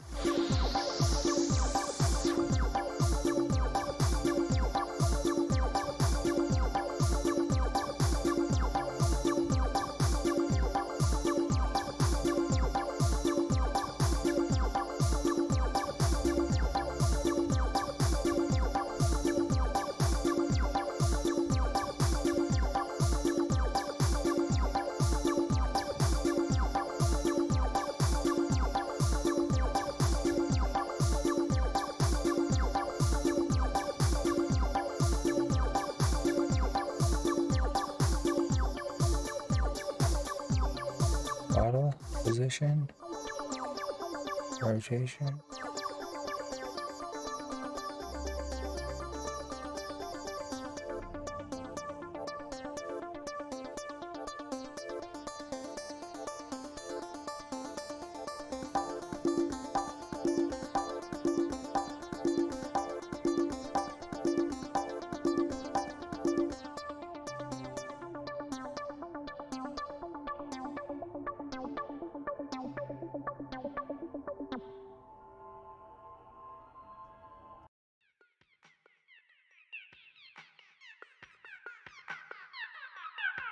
Okay.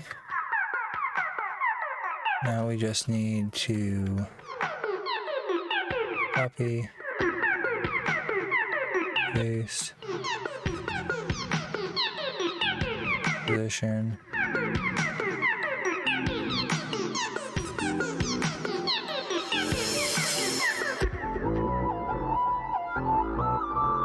Okay.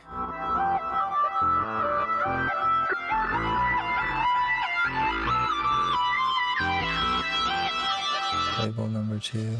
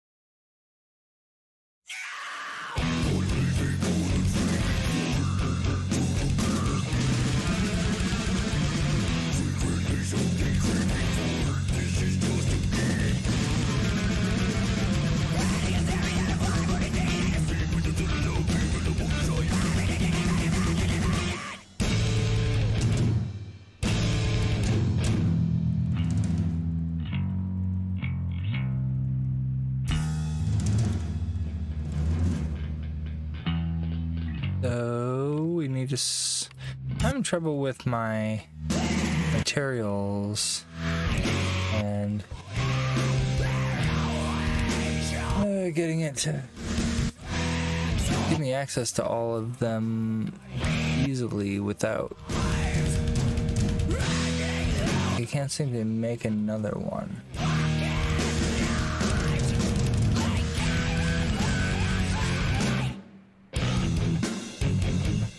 Material, edit material graph, copy material. But like, they give you the ability to copy material. Paste material.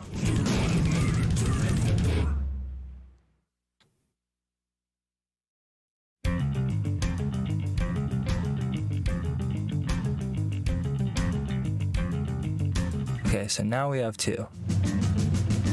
And one of them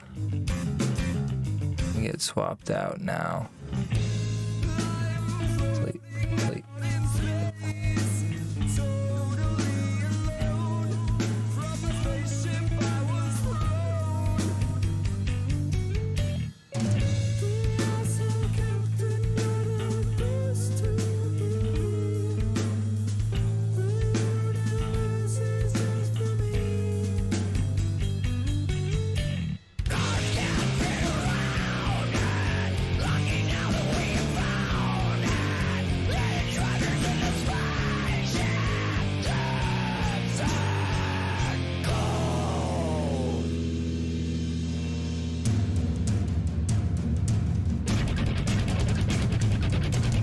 1.01. Yeah, that's just enough. Now, that label needs more roughness, because I know it's rougher than that. Like that. In the case of the label for Wake, how shiny is that? Oop. Well, we also need to remove the ribbon from Sleep.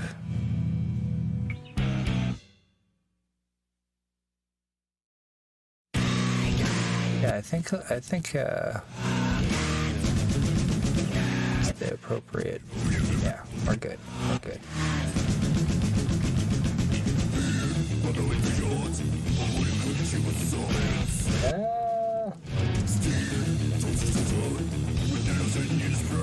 That table for Sleep.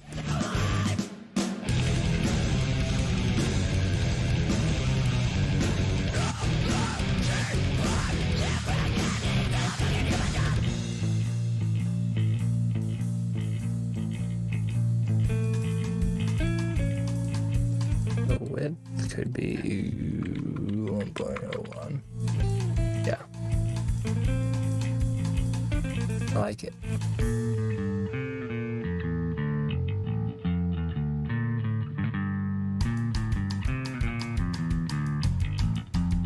It's really interesting. Really interesting. Why is there any problem at all with that? 0.01. 1. 1. 105. 5. And then the width was 1.1. 1.1. 1.01. 1.02. 1.03. Yeah, I gotta go down to the angle again and say 0.6. Ish. 0.7. Yeah, I don't know why. Needed that. Needed it. This one needs it too.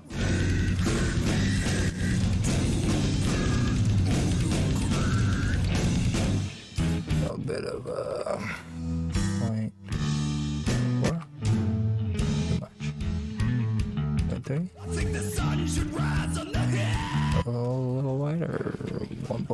do.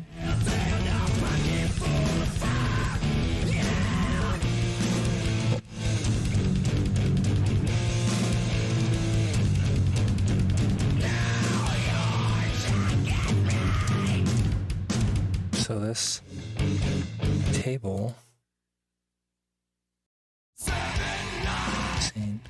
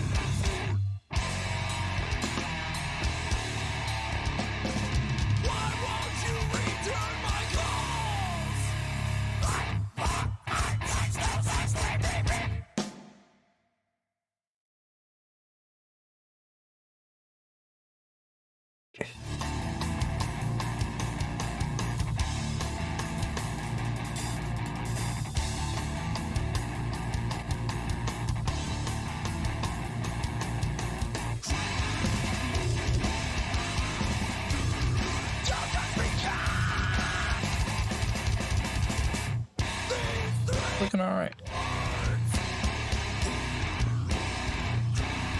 So I'm just gonna grab this. I'll save.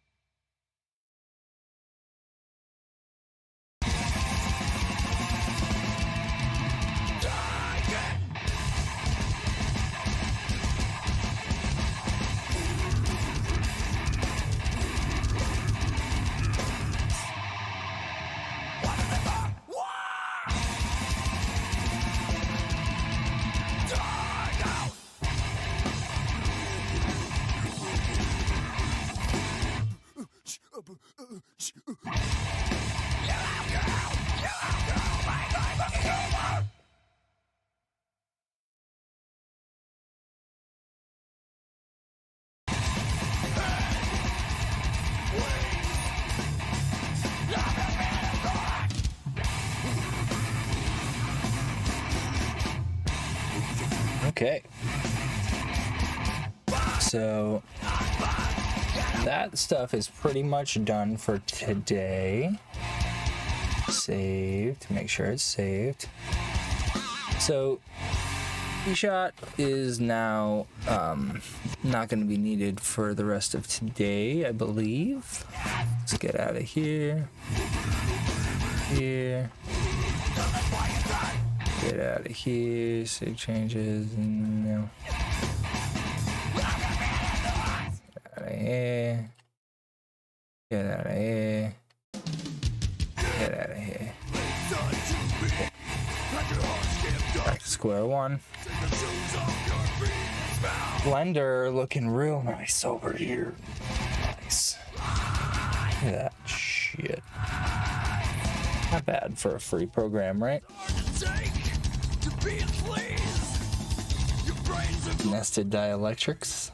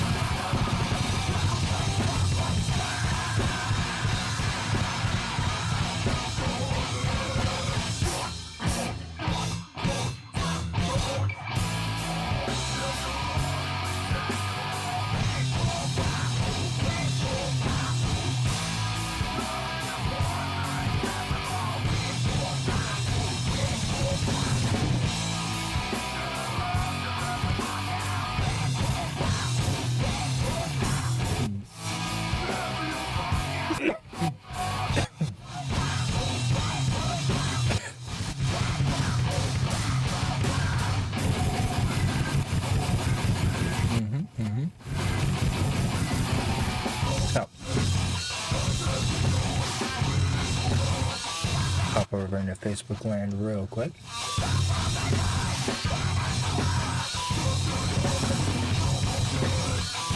Oh, very cool.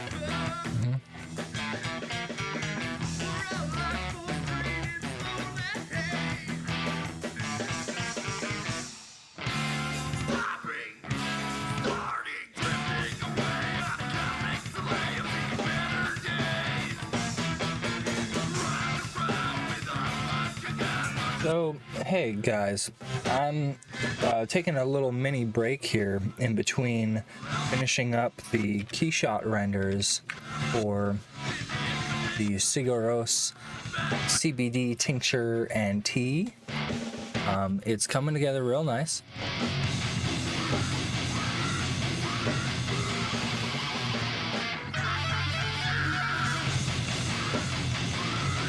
But I'm all set and all done with this scene for now, and I'm going to be shifting over into some of my other projects. But on the in-between, if there's anything that comes to mind that you have any questions about or you'd like to see, let me know, and it might just become the next thing that I work on today, because I'm trying to keep myself well-rounded, both software-wise and work-wise. So I like to take requests here and there. And as I mentioned before, I've got to update these particles, so might as well go do that right now over at Insidium. Oh, I gotta get my keys first.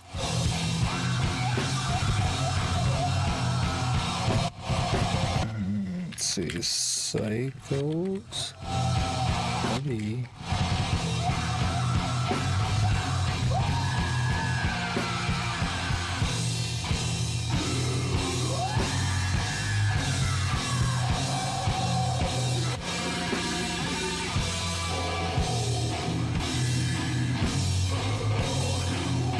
Check out my Insidium account. Make sure I use the right licenses. I have multiple licenses of cycles, and one of them is out of maintenance. So, L8 is not the one I want to use.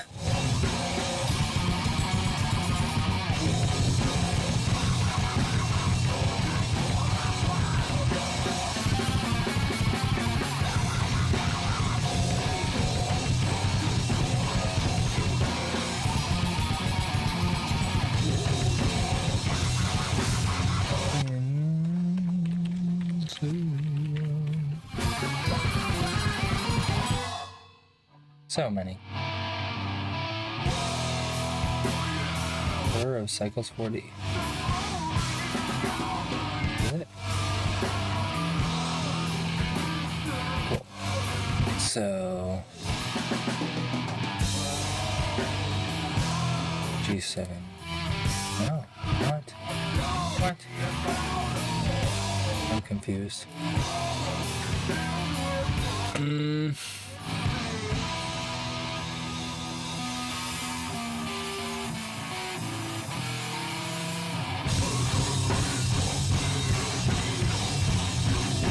F3.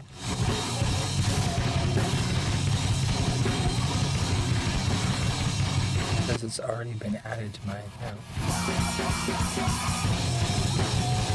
Over history. Bot cycles. Next particles upgrade. Insidium maintenance.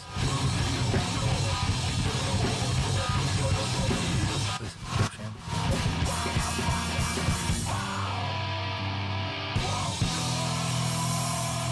Yeah, they make it real hard. So I have multiple perpetual licenses for cycles, but they only allow me to use up to a certain build, and if you don't pay for maintenance, then they block you from using builds past whenever the maintenance stopped working, which is insane.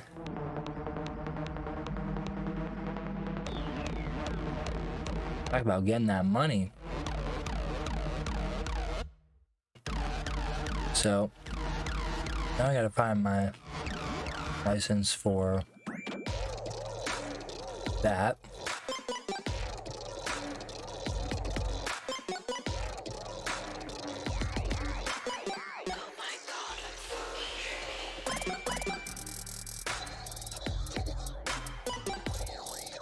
Got it.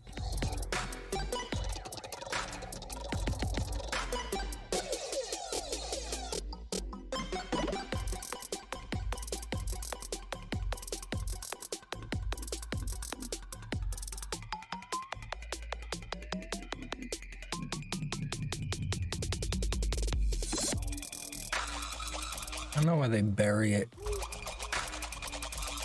Maintenance.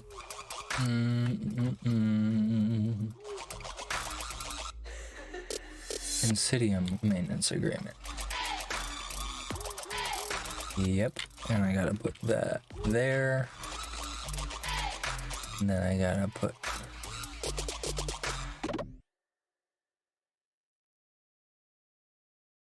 this.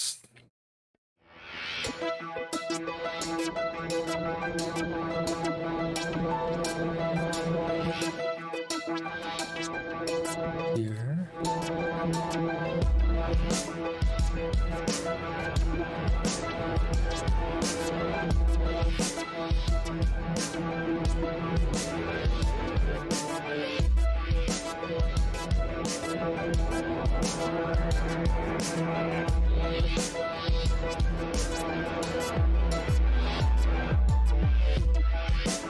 Run my shopping cart.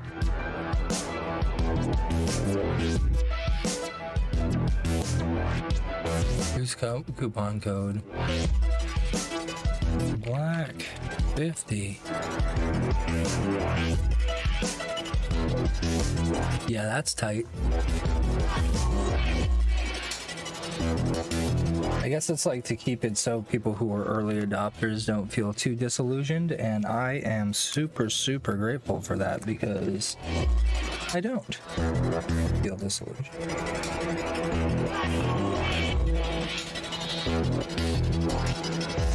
Yes, yes, yes. Never didn't agree. Continue.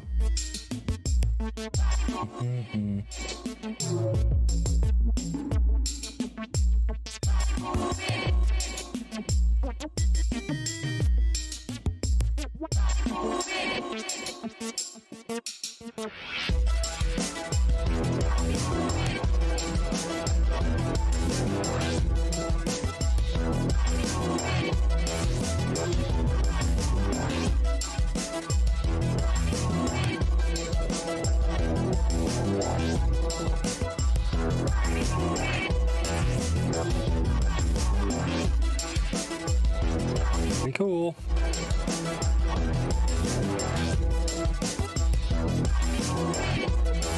I have updated my X Particles maintenance. Oh, money, money, money. They like to take it from me.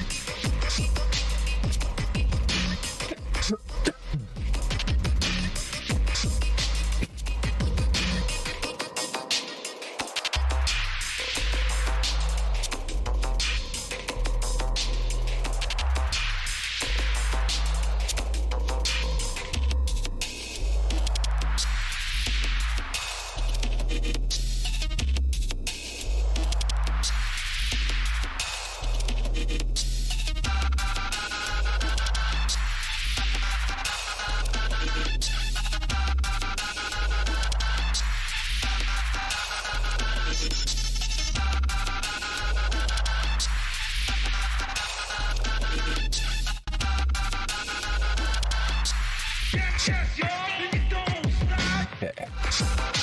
So, I made a really fun animation yesterday that I haven't even looked at, so we can mess with that. Let's see if there's an update to Resolume Alley. There usually is.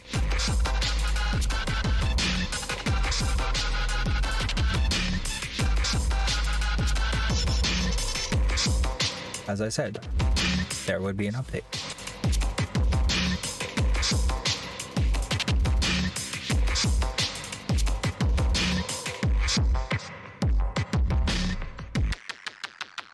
Cool. So Ollie is great. I can go into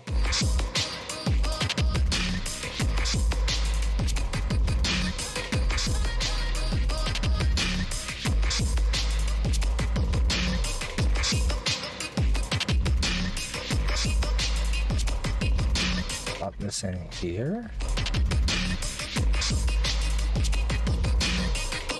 Yeah, I'm like 90% sure this is a straight loop. This is fun to me. I'll create variations of it going forward. Yeah. Yeah, it's nice.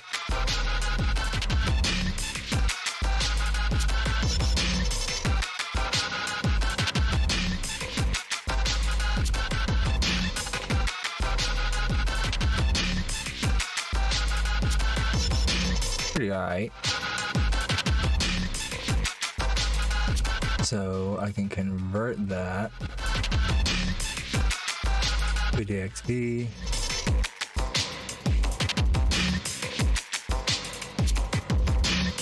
Does it have alpha? That's a good question.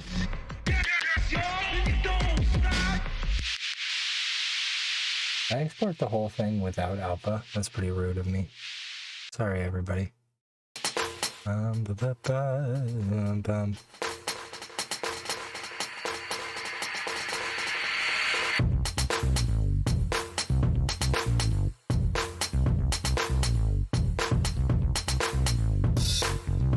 Give it up. What?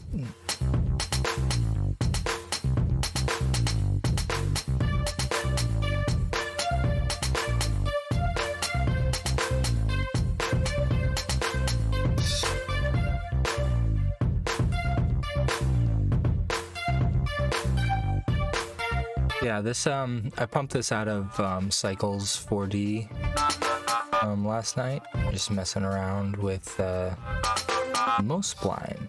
So I suppose I should turn this into a little Cinema 4D tutorial. If you guys are into it, I will do it. I know I gotta catch up with Patreon, so let's make sure that happens.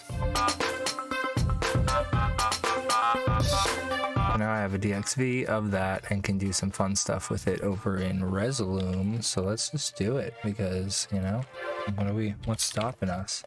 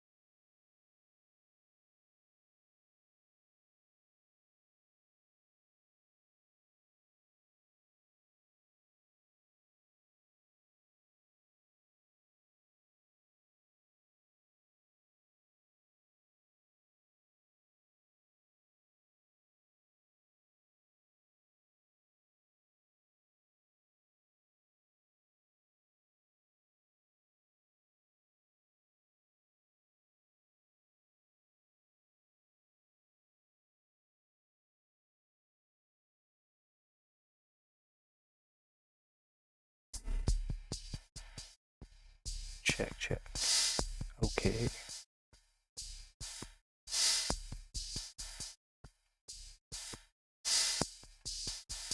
Yep.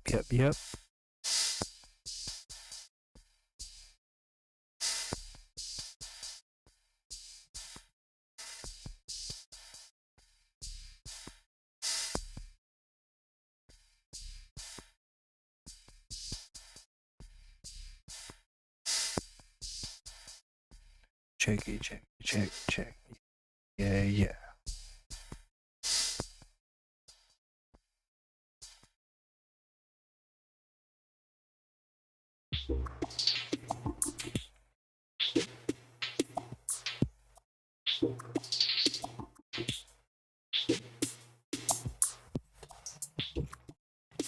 Okay, I think I'm back in the game here.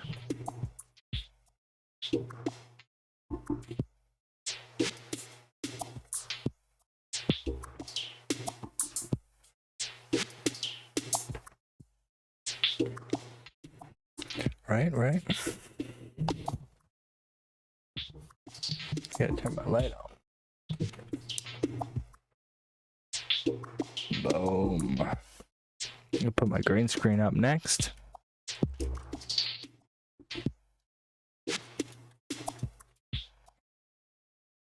Boom.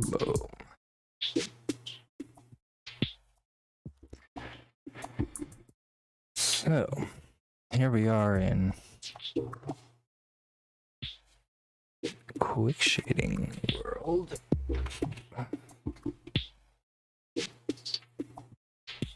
Geometry only.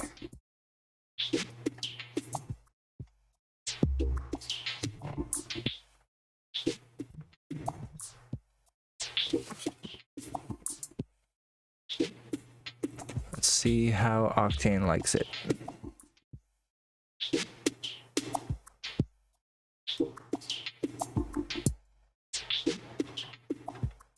Key shot should be paused, hopefully, in the back.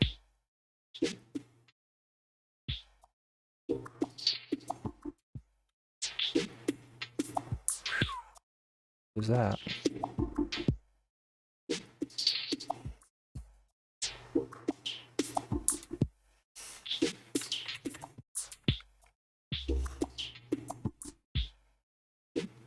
Looking all right. Save.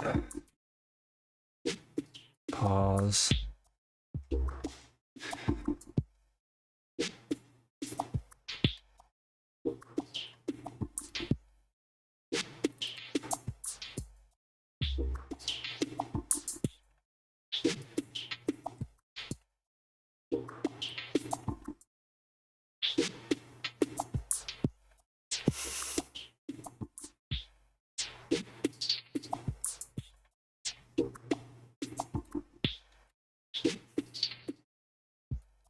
I think the request was to have just the cabs on their own.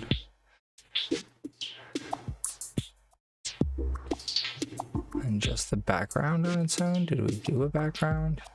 I think we either, hold on, 23. And pause this real quick. Hop over here.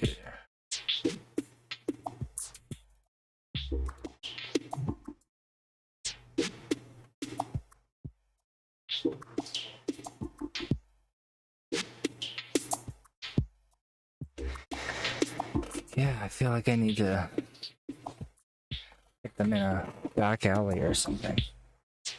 No, what?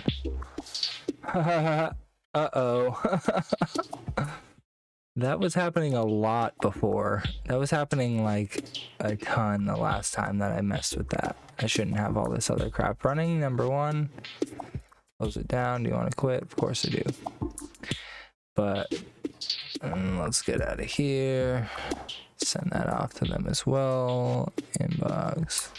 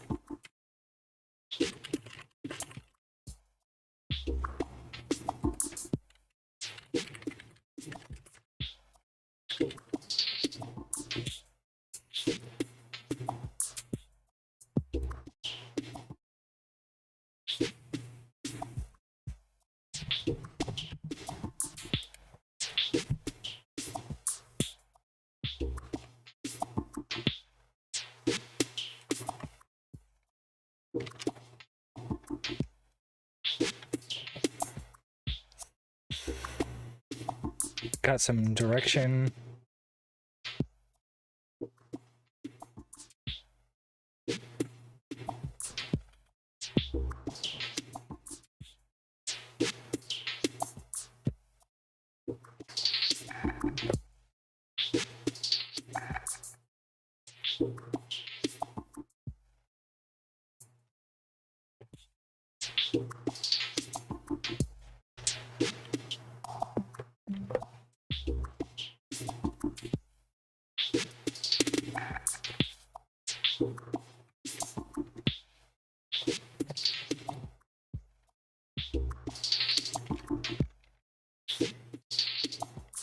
I thought I didn't need Keyshot anymore. I do need Keyshot, but I also need to reopen Cinema because it crashed on me.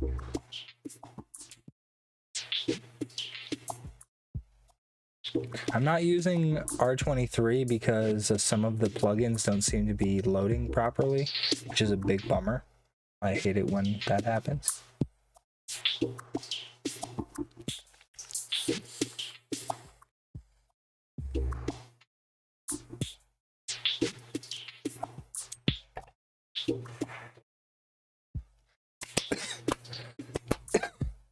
Almost time for dinner.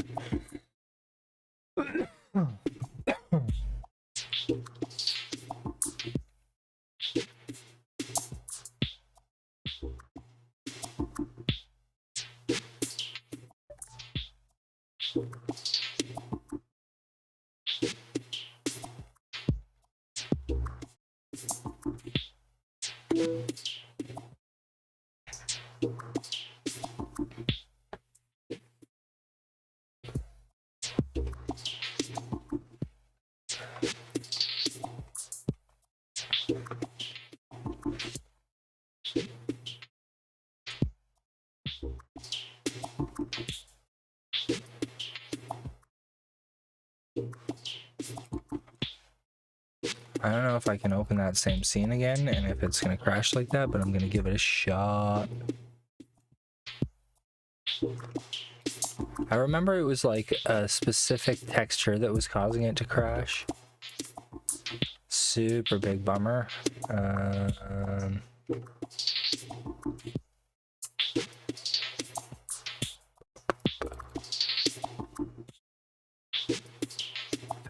Three.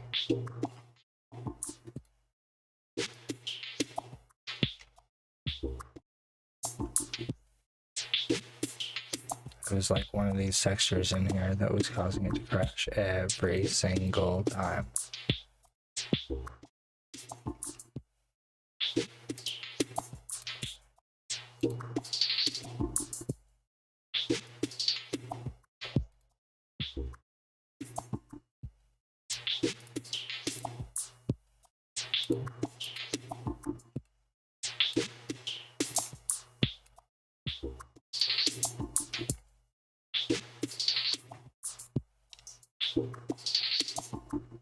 You got this. You don't need to crash. You don't need to crash.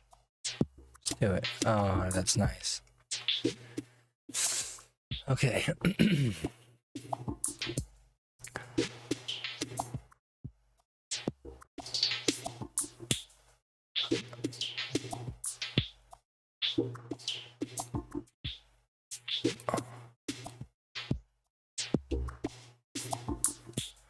feel like I want to bring him into key shot.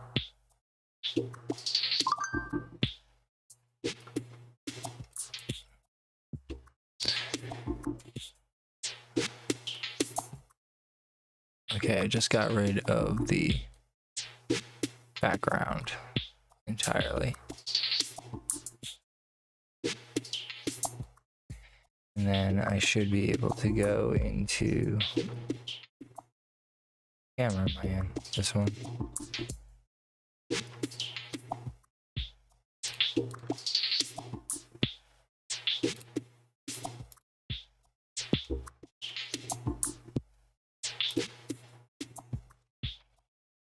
Locked-in settings.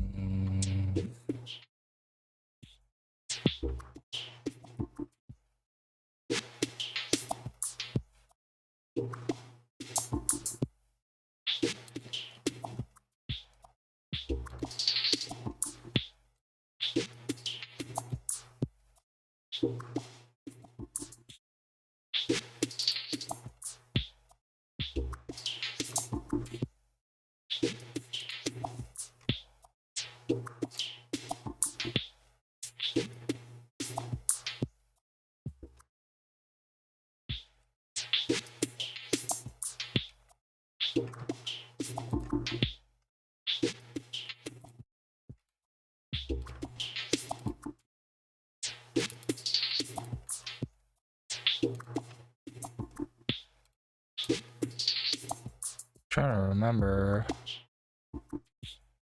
where the alpha is.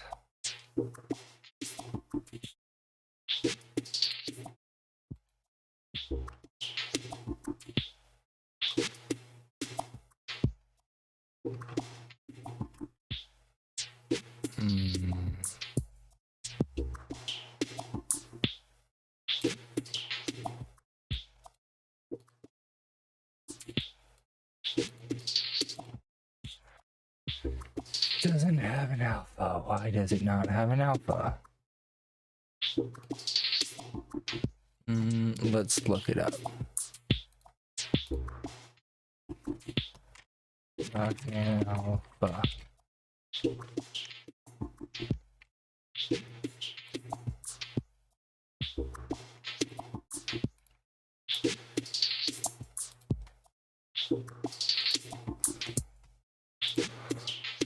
Whoop.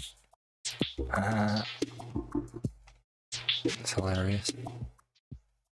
Sitting there messing around with it.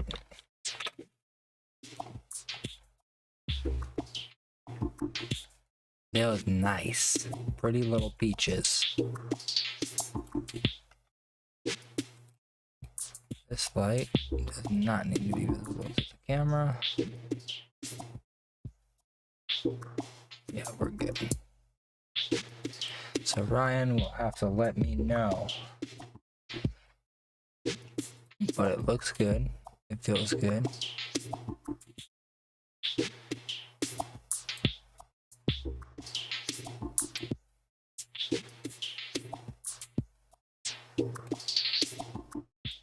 Now hold on, because didn't we have stuff on the screens?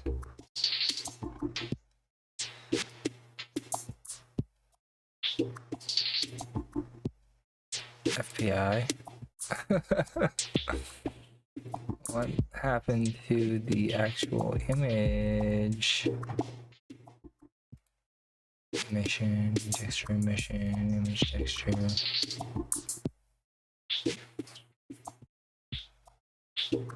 Ah, that's weird.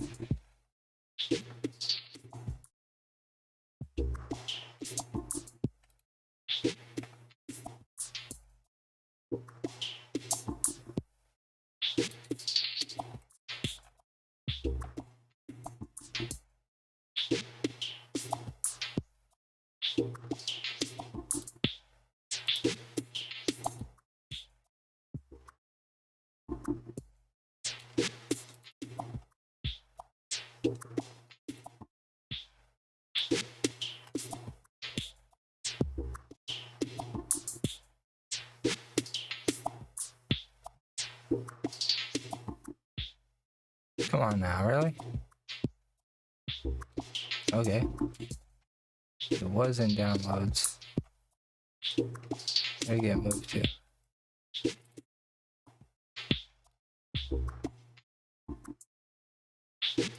D?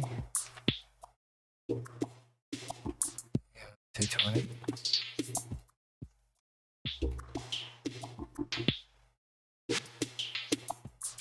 Nope. Okay, okay. Let's find that FBI arcade.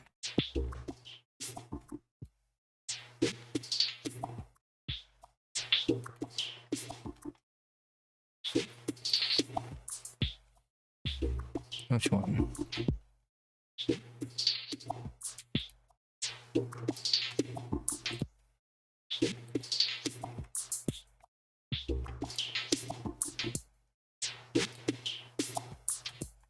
I like the one with credit 0 on it, yeah.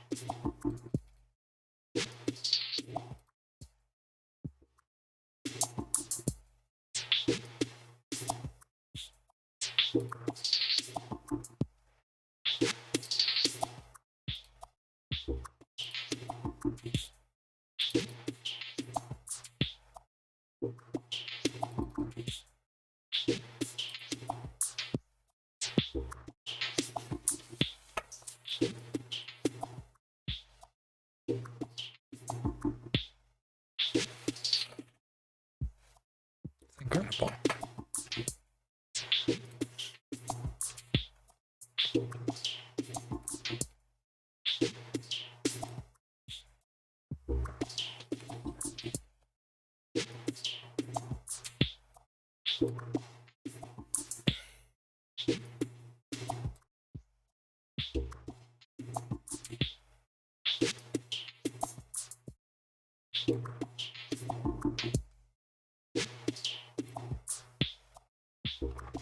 Where's that sticker at? My yen sticker? Come on now. I gotta reactivate quite a bit. Where's my yen sticker? Okay, there's a yen sticker.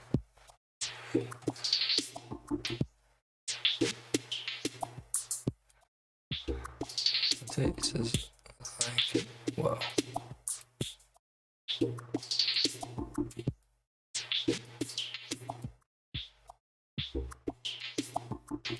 Yeah, I'm super proud of this shit.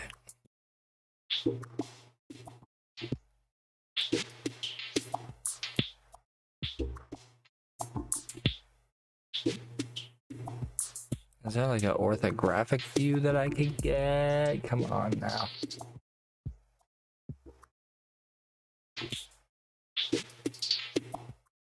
Okay, if we center it like that.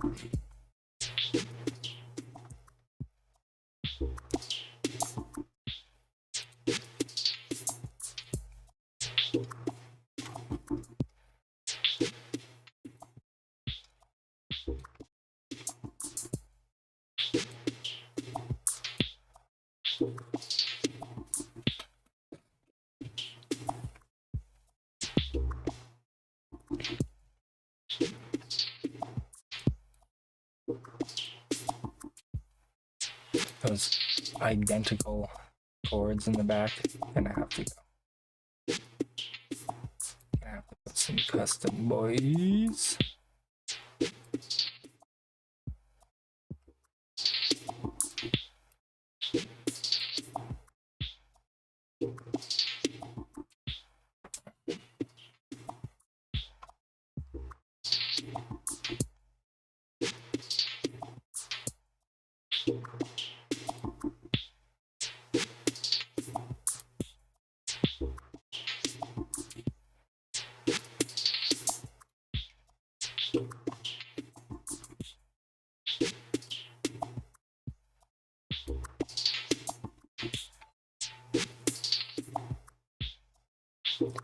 Thank you for following. Awesome. You're great. How you been? How's life out in Korea? Right? Nice. Really appreciate the follows, guys. So this particular scene is something that we built up.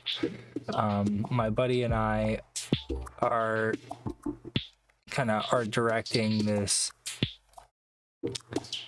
commercial that he's got. He's given me his needs and I'm going and getting them. And whoa, hey, thanks guys, thanks so much. I really appreciate the follows. Maybe somebody shared the channel or something along those lines. So this particular scene that we're looking at here is a Sega Astro City cab, and I'm I got to get direction from him to be sure of it, but first off, I wanted to test to make sure that the scene still works and runs, because we haven't come into it in a little while. And, oh man, more followers. Nice. What's going on? Is this like telling me all the different stuff that happened? I don't know why Streamlabs is doing that. Seems like some of these things are older. Yeah, I think that's like a month old, that thing that we just shared. Yeah, I don't know why everybody's following right now. Okay. Pretty sure a bunch of these people already followed me. Yeah. Okay. Thanks, guys. Yeah, no, hold on. See if it does it again. That's super weird. Pretty sure that one already went by.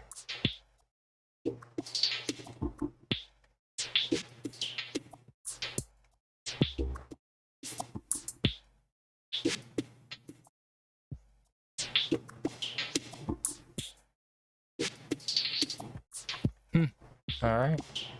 Well, either way.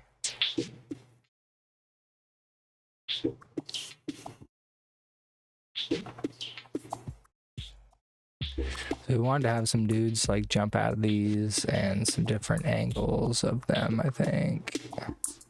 But yeah, I'm gonna have to remedy this cord coming out the back. I modeled one of them and we just cloned the whole rig, so it breaks visually pretty easily if you if you look at it all. It's like, oh, it's just a copy. But if you do something as simple as just change each of those,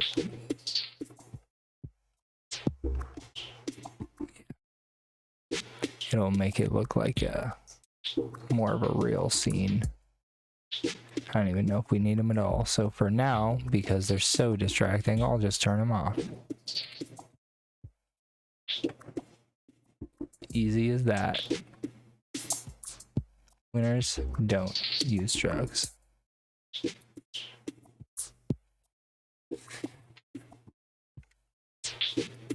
I will.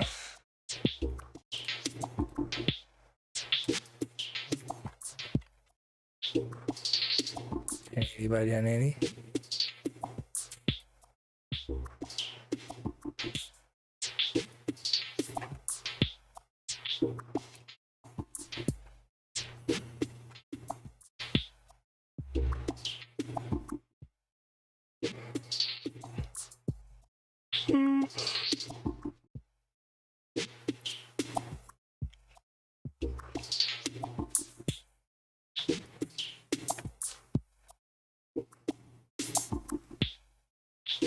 Let's see where Ryan's at.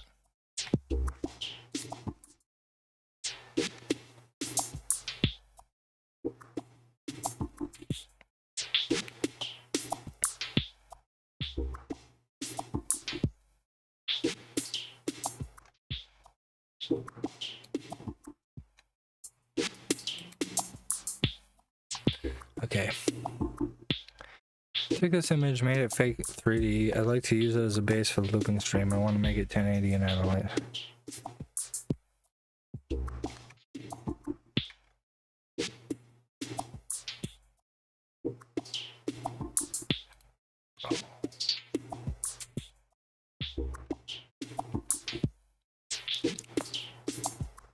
Out of light drizzle line. Maybe a super slow, subtle camera movement.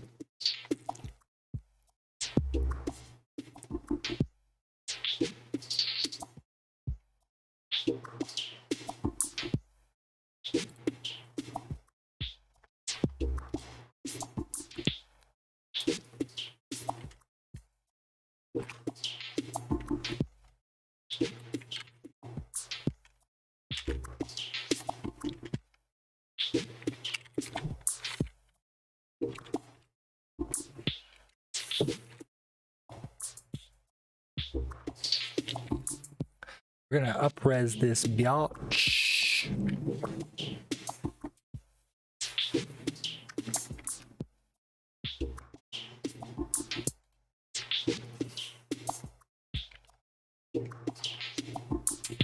Purple Alley.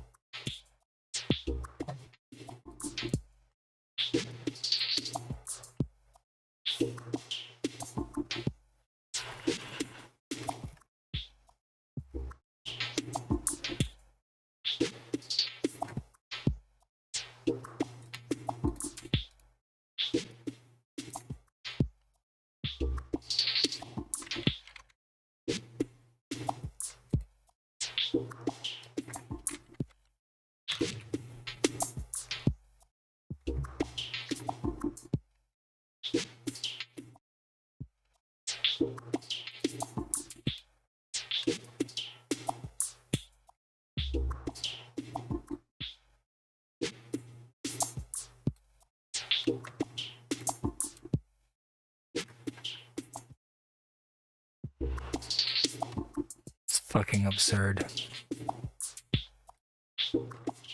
Absolutely absurd.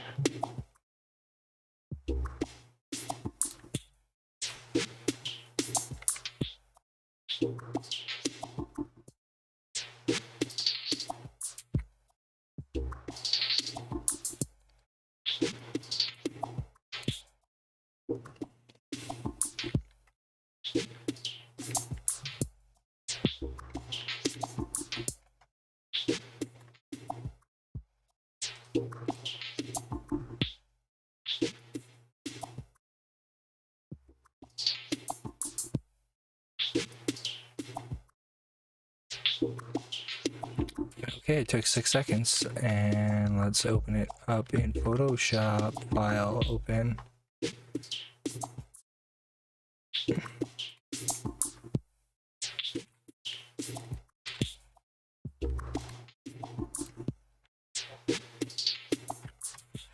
And just for the fun of it, we're just gonna resize this image size.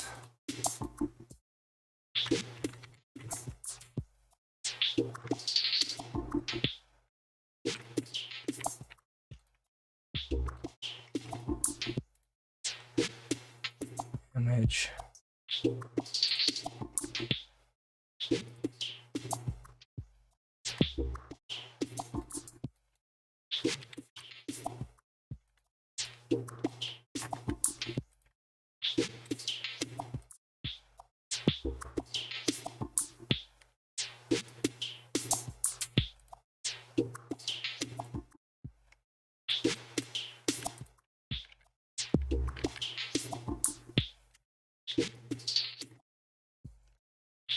Now we're just going to check out the difference between what AI does and what Photoshop does.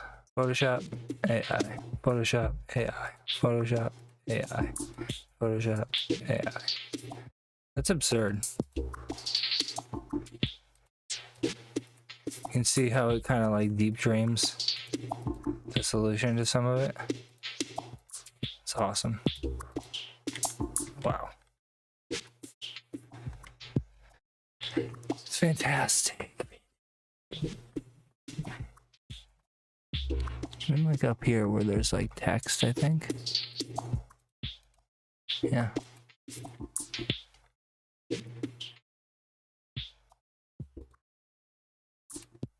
So, file.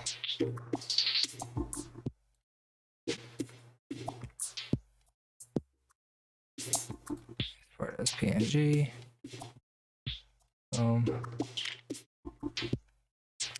Now I can use this and project on geometry in the scene, and then move the scene around in Cinema.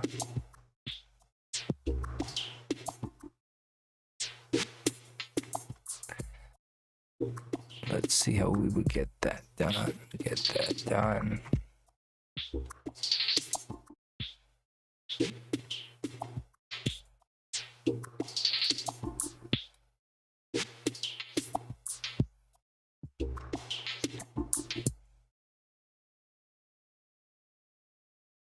Let's do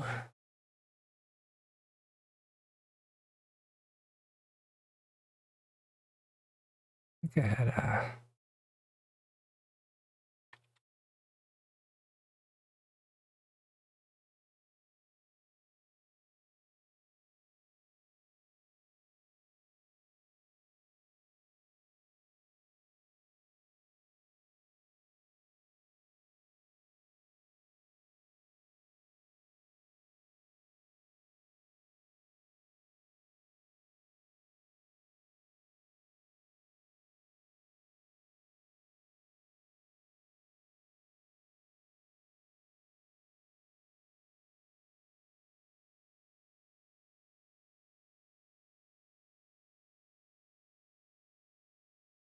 Thought I was in there.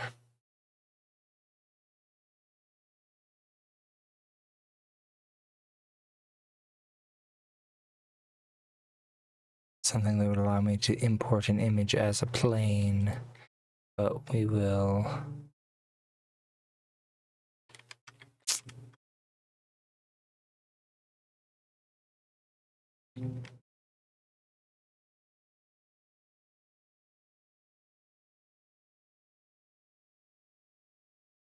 I start and we got a plane. There you go. Boom.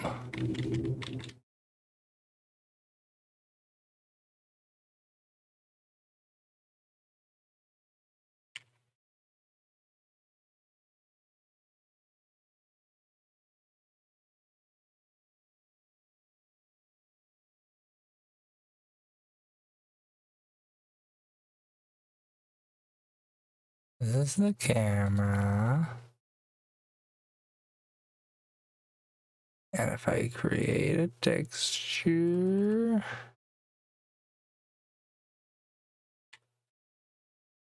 display shading. Create a texture and put that on there. In that texture, no reflections, color, no color, be emissive.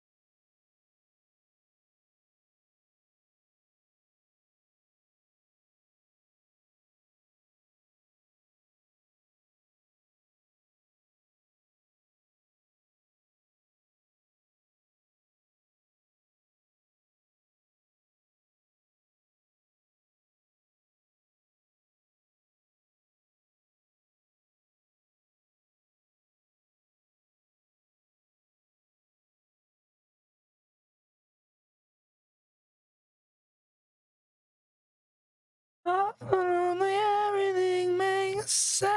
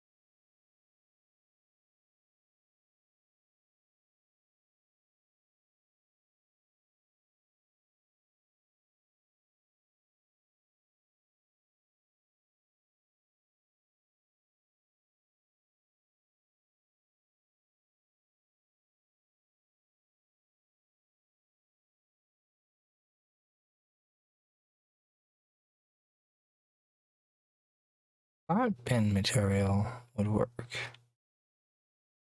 but I'm wrong.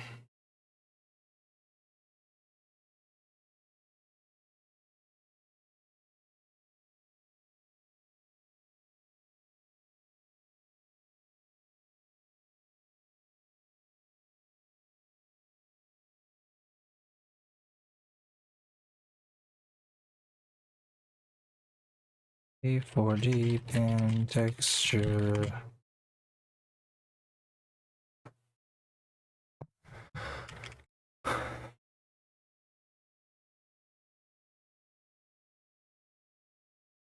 Is in a sub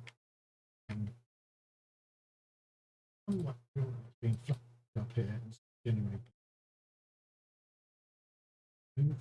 tag. The real tag. And within this tag, we've got recording. Yep, information. Hit the record button. So with that,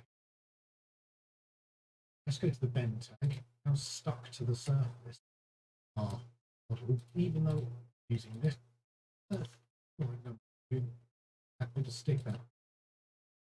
But much like the other thing, I've seen this could be right. So what we can do, will be now got a UV this tag material. So we don't make it edit, tighten these. The same thing in this case. Well, choose our thing, right click, material tag, material. That's saved. It's not, but we retain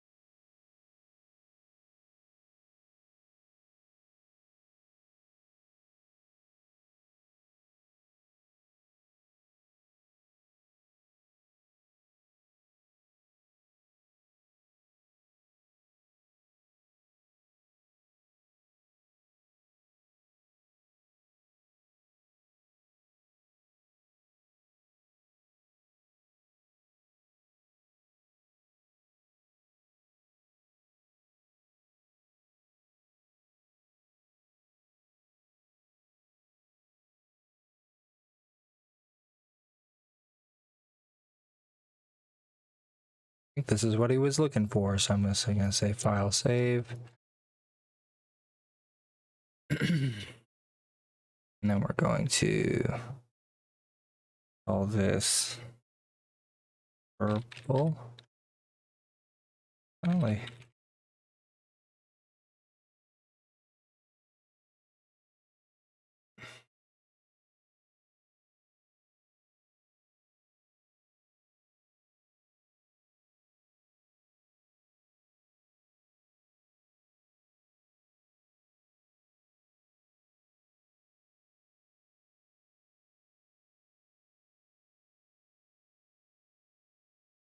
Right, so I feel like I should have a null in my scene.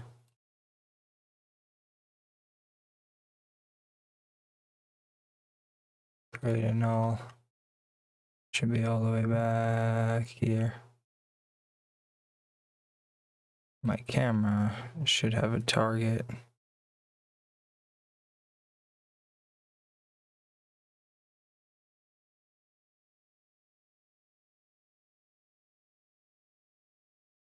So object can also be the null.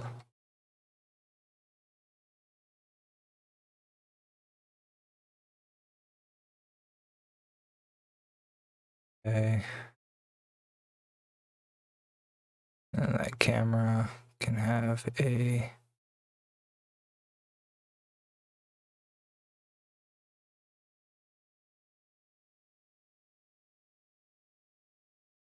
target. That target can also be the null. And then as the camera, there we go. So another thing that I want to do is crank up the material setting.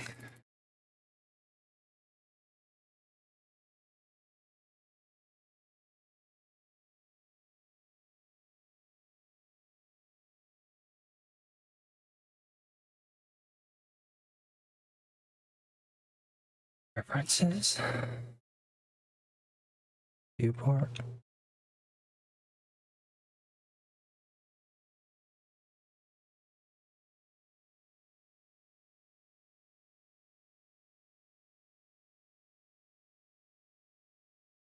I don't know, 40 texture resolution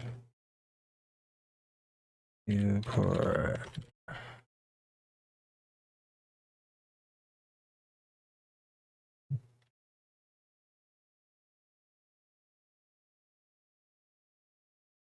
Inch.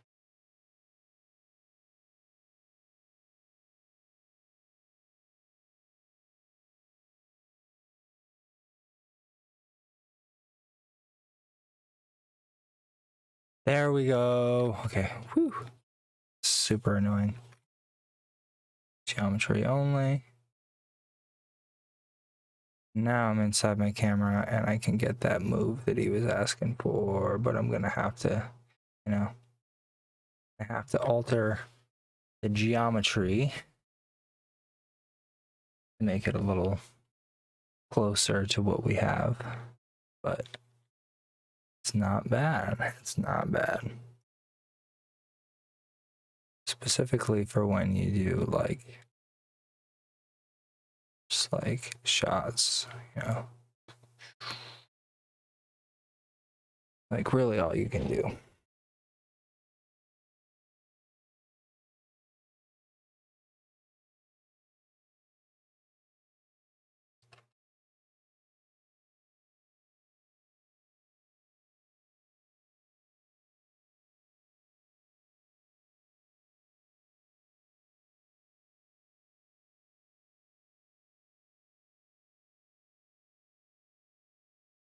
Cool.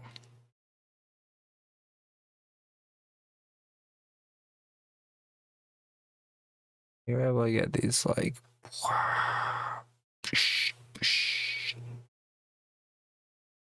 it's pretty cool. And then the options for the depth field, physical,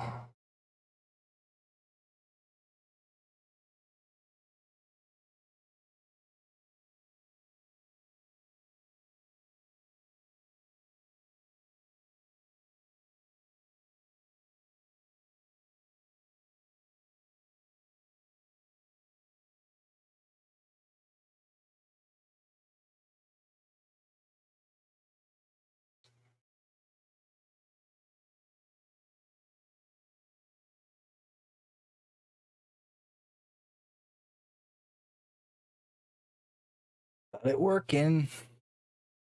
Purple Alley is good to go, Ryan. So, and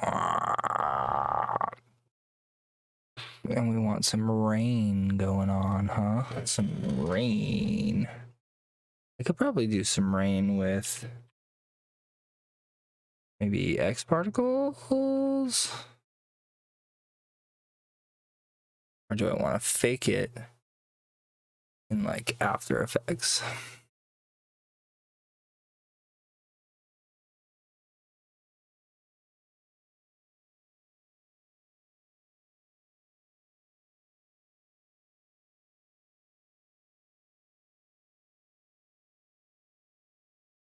So quick tools, simple rain.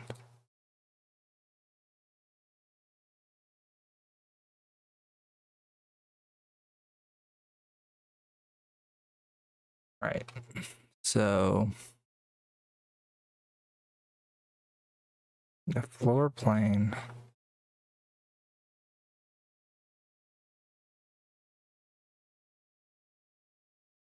is back wall,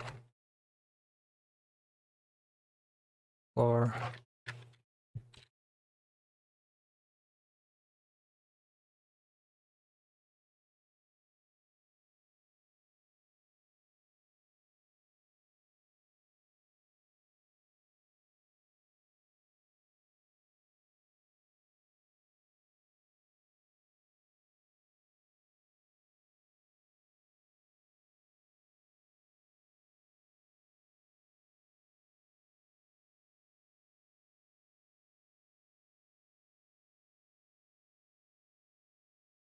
So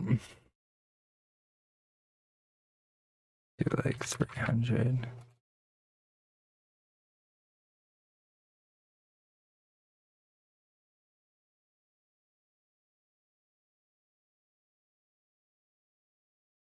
I'm gonna say that the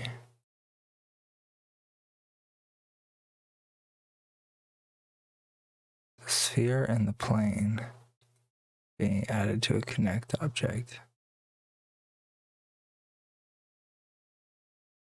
Weird. So if I just take that and connect it to the floor instead.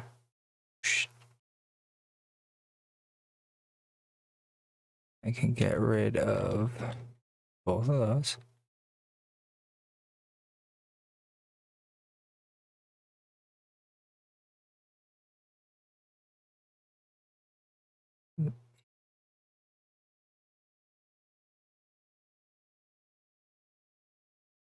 Emitter.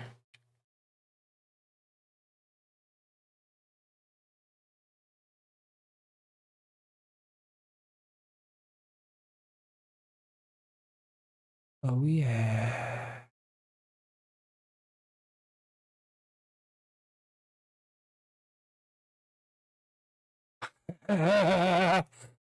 Sorry, I just made myself really happy.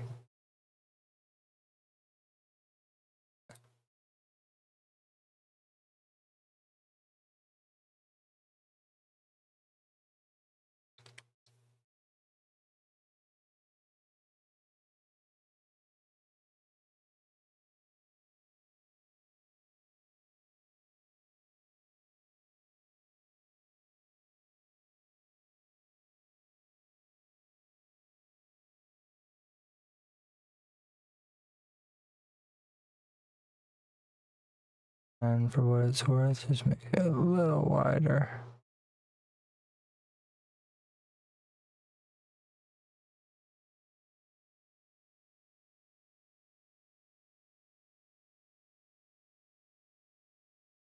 It's really great. It's really great. I just need to push the wall, left wall back. The floor can get wider. Left wall.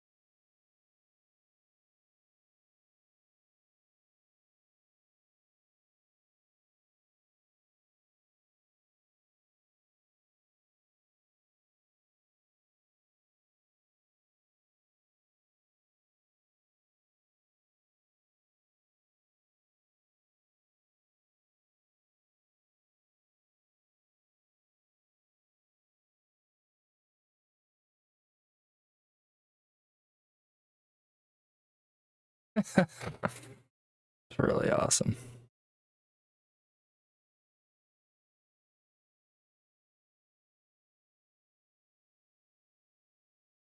And yeah, I'll have to connect a couple things to make it really work, but it's gonna work. That makes me so happy. I'm gonna make Ryan pretty happy too.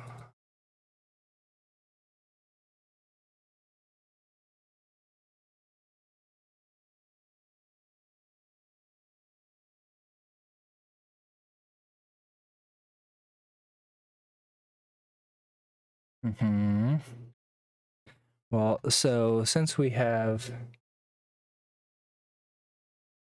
the rain working properly, kind of like slow though, isn't it?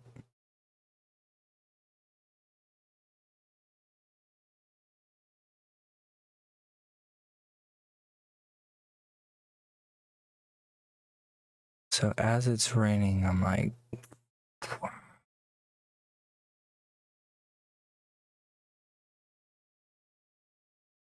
maybe I could even fake that sign, have it flickering.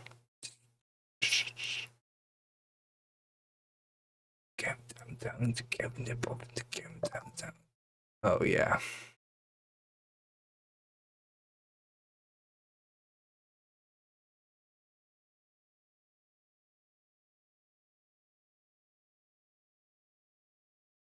Okay, left wall needs to go higher.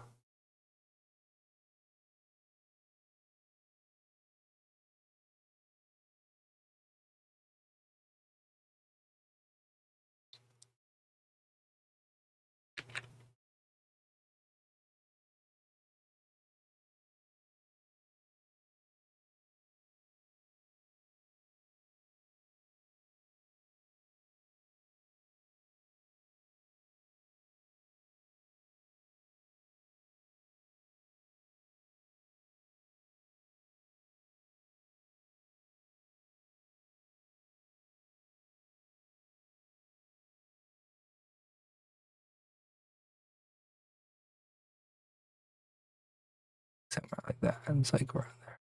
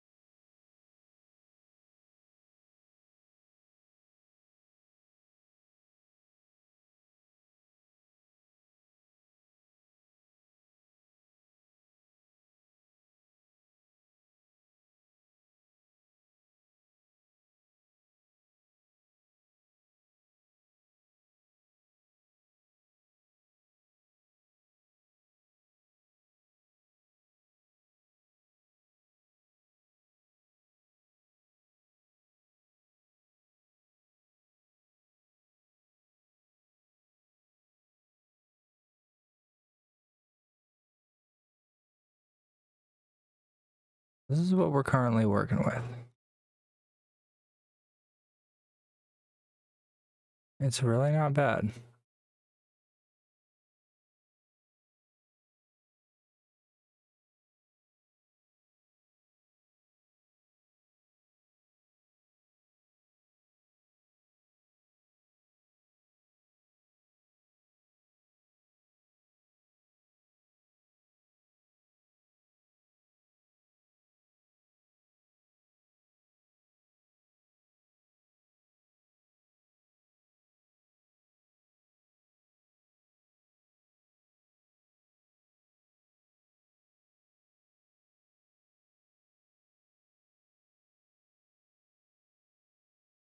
Do 3,000 because I hate when it starts over again.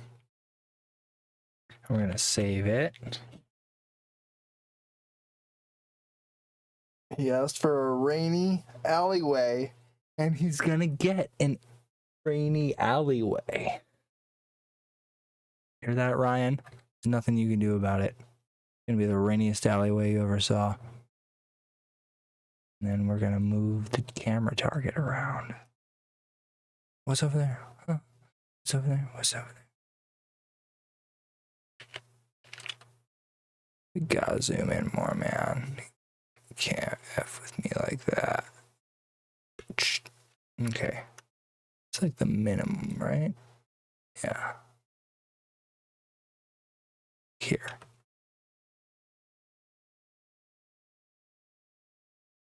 It's really, really nice. It's really, really nice. We got a lot of water splashing all around in our scene. So I can try to drive the rain sideways with some wind. So let's do it. Modifiers, motion modifier, XP wind. And that wind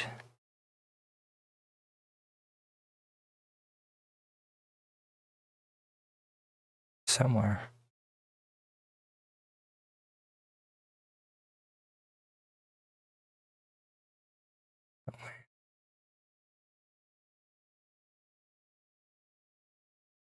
Turn it up.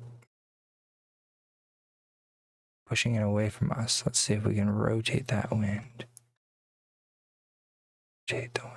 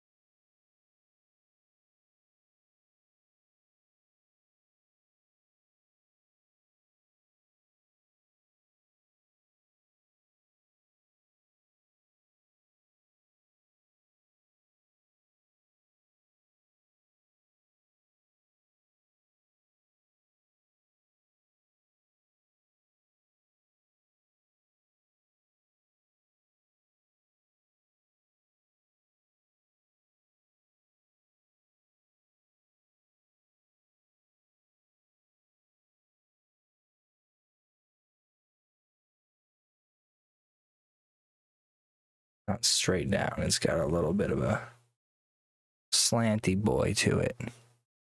I want. Turn that up.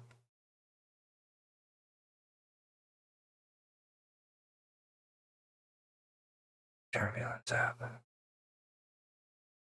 It was super windy.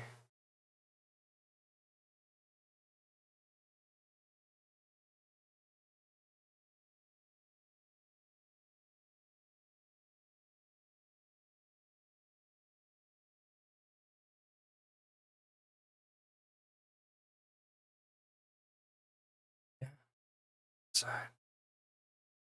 No turbulence.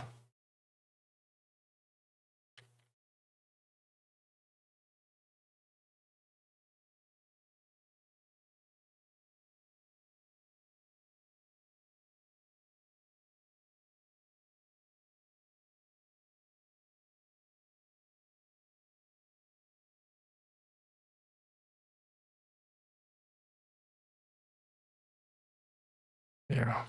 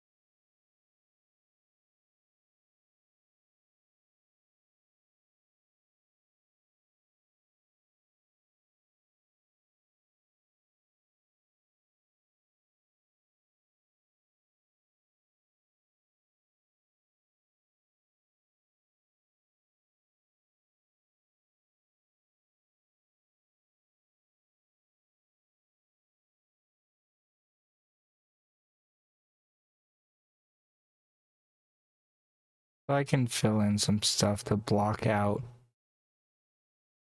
where it hits and make it bounce off of the tops of things by adding to a connect object. To connect object, bring it down here. It's cool that they show you that as an example too, that you can actually put the floor as part of a connect object, which has it collider expression on that. Ooh, baby, I love your way.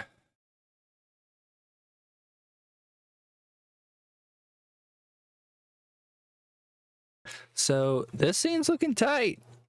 I'm super excited. I had no idea that I would make that much progress on that one in that short of an amount of time, but that was cool. So we got this scene ready to go. We got this scene ready to go. I gotta hop over into my pathway scene.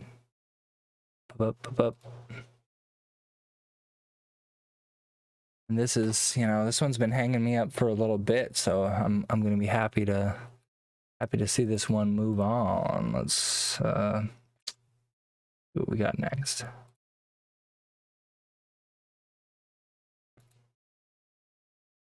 Lookdev, it was into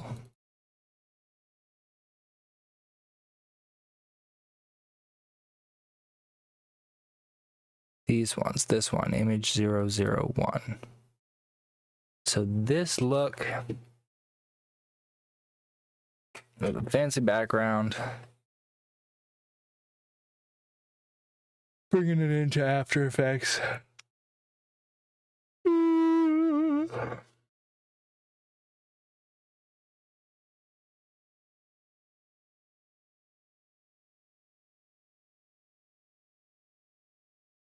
Trying to think of what type of logo reveal I'll use for this one, but maybe not. Maybe I'll just leave it there and have a light shine over it. That might be the way to go.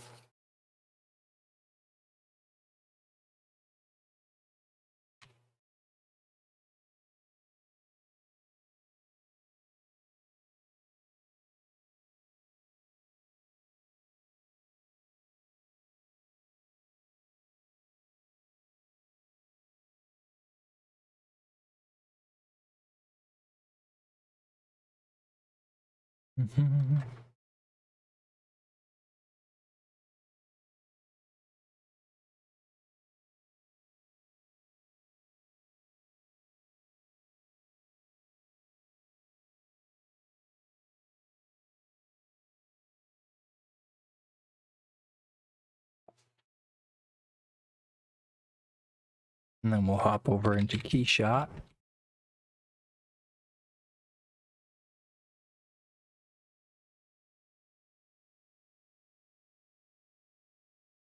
Yeah, I'm gonna have to take the old dinner break, and then I'm gonna come back, and we're gonna be rocking all night long, ladies and gents.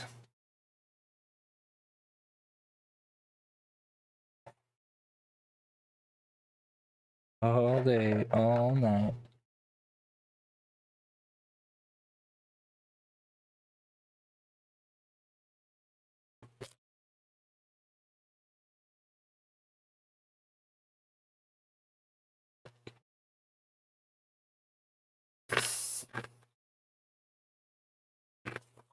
Okay.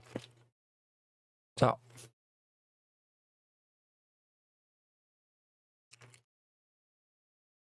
Boop.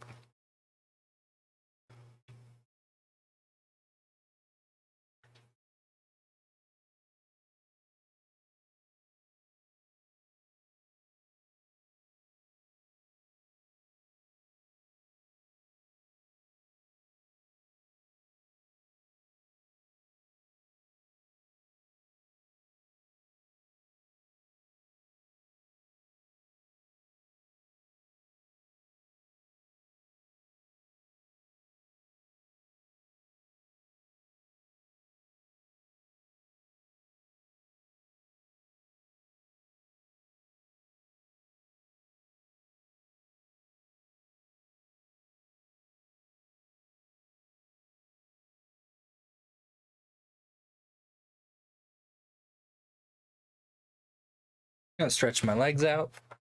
I'll be back shortly.